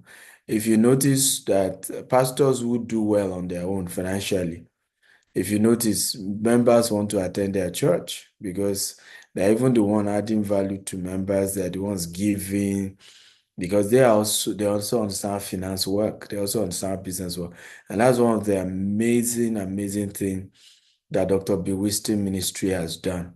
He's one of the few pastors in the Pentecostal that you not see anybody drag. I don't know whether people have noticed, right? You never hear that Dr. Bill Winston was dragged for asking members to donate for private jet or for one thing, because the way he structured the ministry was such that the ministry was, financially solid. The ministry has so many assets, and so yes, he lives the best of life. Oh, trust me, it's not, but because it's not as if you are putting pressure on members for those things, it makes it easy for members to come and just worship their God without any pressure, without any coercion. So that would be my advice to our ministers and men of God. Finally, is also humility, to be willing to learn. We all don't have it all. We all don't know it all. The same way in ministries, some ministers are more gifted in the area of healing. Some ministers are evangelists. Some ministers are teachers. The same way in life. No one person has it all. So I could be a pastor with so much anointing, and there's somebody somewhere, he may even be younger than I do, may not carry the fire I carry, but God has anointed him when it comes to the subject of money, finance, his humility to go and learn. And I will wrap up with this story of one of strong members in TD Jakes church. And she had this friend of hers, this guy, let me just put it this way. He's done business in billions of dollars. And when she told TD Jakes, because she attended TD Jakes church, that, her friend, TJ said, I would like to have dinner with him. True story. This is a true life story. So at the dinner, TJ looked at the man and said, people like you are rare in my circle. He said, I'm in a circle where I am like the richest. He said, it's the reason why I've come to meet you. In fact, while they were in that meeting, the guy got an alert for $400 million that he showed TD Jakes life. TJ said, yes, I need mentorship from people like you. It's people like you I want to, because this money game, we have to take to the next. And this guy is not even a born-again Christian, right? And I see particularly African pastors, right, not exhibit humility to be willing to learn about this subject of what TD Jakes did right there. You hardly can find many African pastors do that. To say, I'm willing to learn. This is my field. I'm a pastor. I'm called. but this other area I'm willing to learn, right? And I'm praying that God will give all of us the humility to be willing to learn. And God bless you all. And thank you once again. And God bless you all. Okay. Thank you very much, Dr. Stephen Akintayo. Thank you very much, Mr. Akintoye, for wonderful sessions. Please, let's give them a round of applause again. Come on. Yes, gotten value, round of applause. Thank you very much. So please make sure you register, you register, and then you are on the WhatsApp group. I'm going to drop in a lot of information. The link for the free ebook that Dr. Stephen Akintayo has given you will be dropped on the WhatsApp group, so you can click on the link and then download the ebook. The other books there that are going to be useful for you, you also have to pay for them. So we also drop in the payment portal where you can do that. So Mr. Jamio, please drop in the They still don't link for the WhatsApp group. They still don't have the WhatsApp group. People are asking. I don't know why it's not. Hello, Jamio on the call. Please drop the link now for the WhatsApp group. Where is Choma? Please drop the link now for the WhatsApp group so people can register on the call right away. Okay.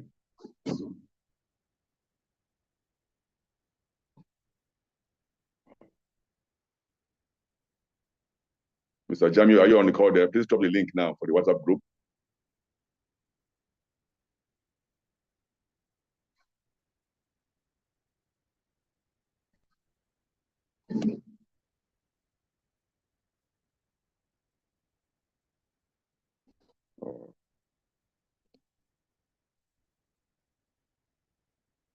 Okay, so that's it there. So please go to the chat box now.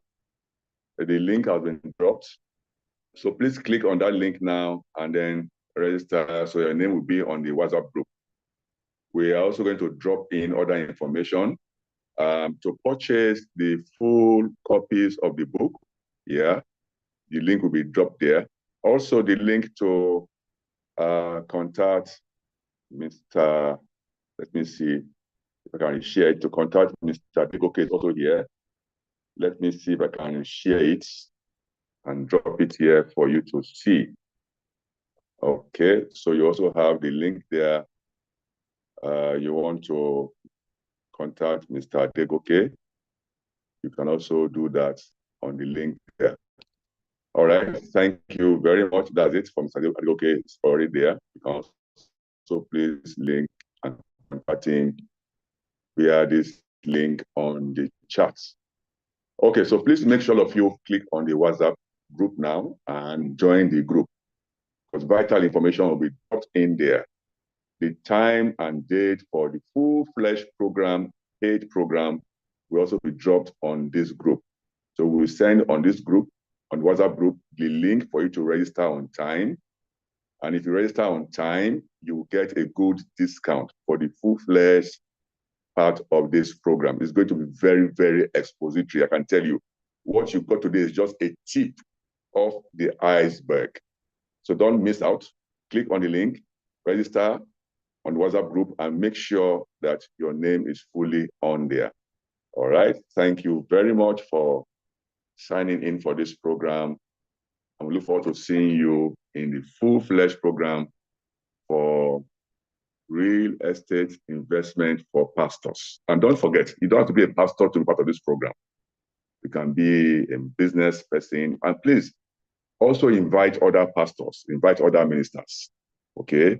Share the link with other pastors and other ministers to also join, so they can benefit from this massive, explosive teaching on real estate investment for pastors. Thank you very much. I will love you. I want to see you again in the full-fledged program. Have a wonderful evening, Nigerian time. Wherever you are in the world, have a wonderful afternoon. And then God bless you. See you again. Bye. Bye for now. Thank you. To GTEx Land, where every corner is a masterpiece waiting to be discovered. Step into the serenity of Jasper Estate, your haven in Ibeju Lekki. Feel the sand beneath your feet at Beryl Beach Front Estate, your coastal retreat. Experience the charm of Sardius Farm City Estate, where nature and community blend seamlessly in AP. Discover elegance at Sardius Estate in Ijebu Ode, where modern living meets tradition. Live in luxury at Beryl Fortis City, Kurudu's premier destination for urban living. Find your dream home at Prime Rose Estate, where sophistication meets comfort in Ibeju Lekki. Experience luxury living at Sardius Estate in Port Harcourt, where every detail is designed for your comfort.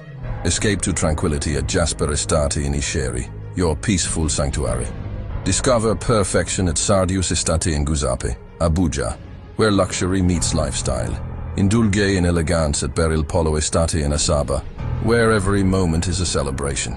At G-Texland, we don't just sell properties, we secure your future. Welcome to your new beginning.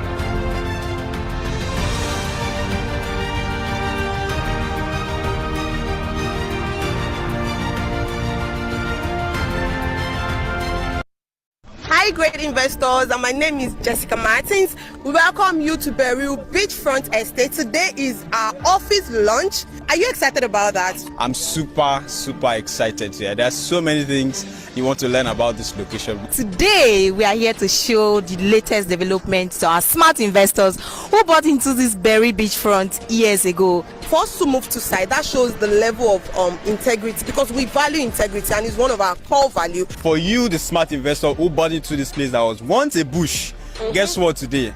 You have an estate close to the very popular, coastal road that is just passing through your estate. I know what a property that is close to a major road, what it means. Now, we had smart investors who invested in this property at 1.5 million. As I speak to you today, on average, we're talking about over 500% return on investment guaranteed. Last time we sold, we're selling at about how much? About 50 million the last time. Imagine the return on investment from 1.5 as at 2019, right? To now, this is 2024. Imagine the return on investment, it's massive.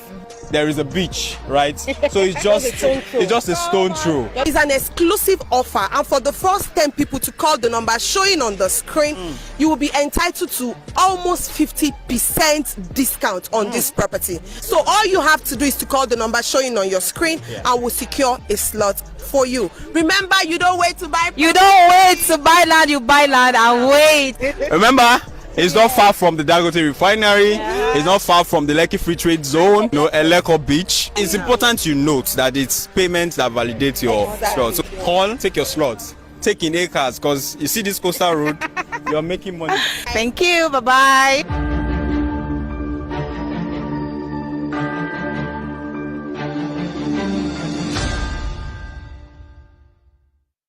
Hi, everyone. Mr. Felix. Yeah. I have so many power. Le Baduse play Lamande. I have Santos Sanatorias. I have Ramande. I have Abito Cheka. I have never touched those ones. I have Sepre. When it comes for power, I have Rebadu. I have Ganduka Gandusa. I have Ndaboski Baos. In the world's foremost online wealth university, learn how to build your finances through several profitable businesses. Learn how to start and build a business into a successful global company. Learn how to trade Forex, stocks, and crypto in the financial market. You can learn how to build a real estate empire like Dr. Stephen Akintayo, and even learn about e-commerce, public speaking, and digital marketing. With our new state-of-the-art mobile app, creating wealth by gaining knowledge is even easier. You can now take your classes on the go and in multiple languages, interact with tutors, join an ongoing discussion, and expand your horizons. Download the Stephen and Kintayo University app today and start your journey to financial freedom. Door.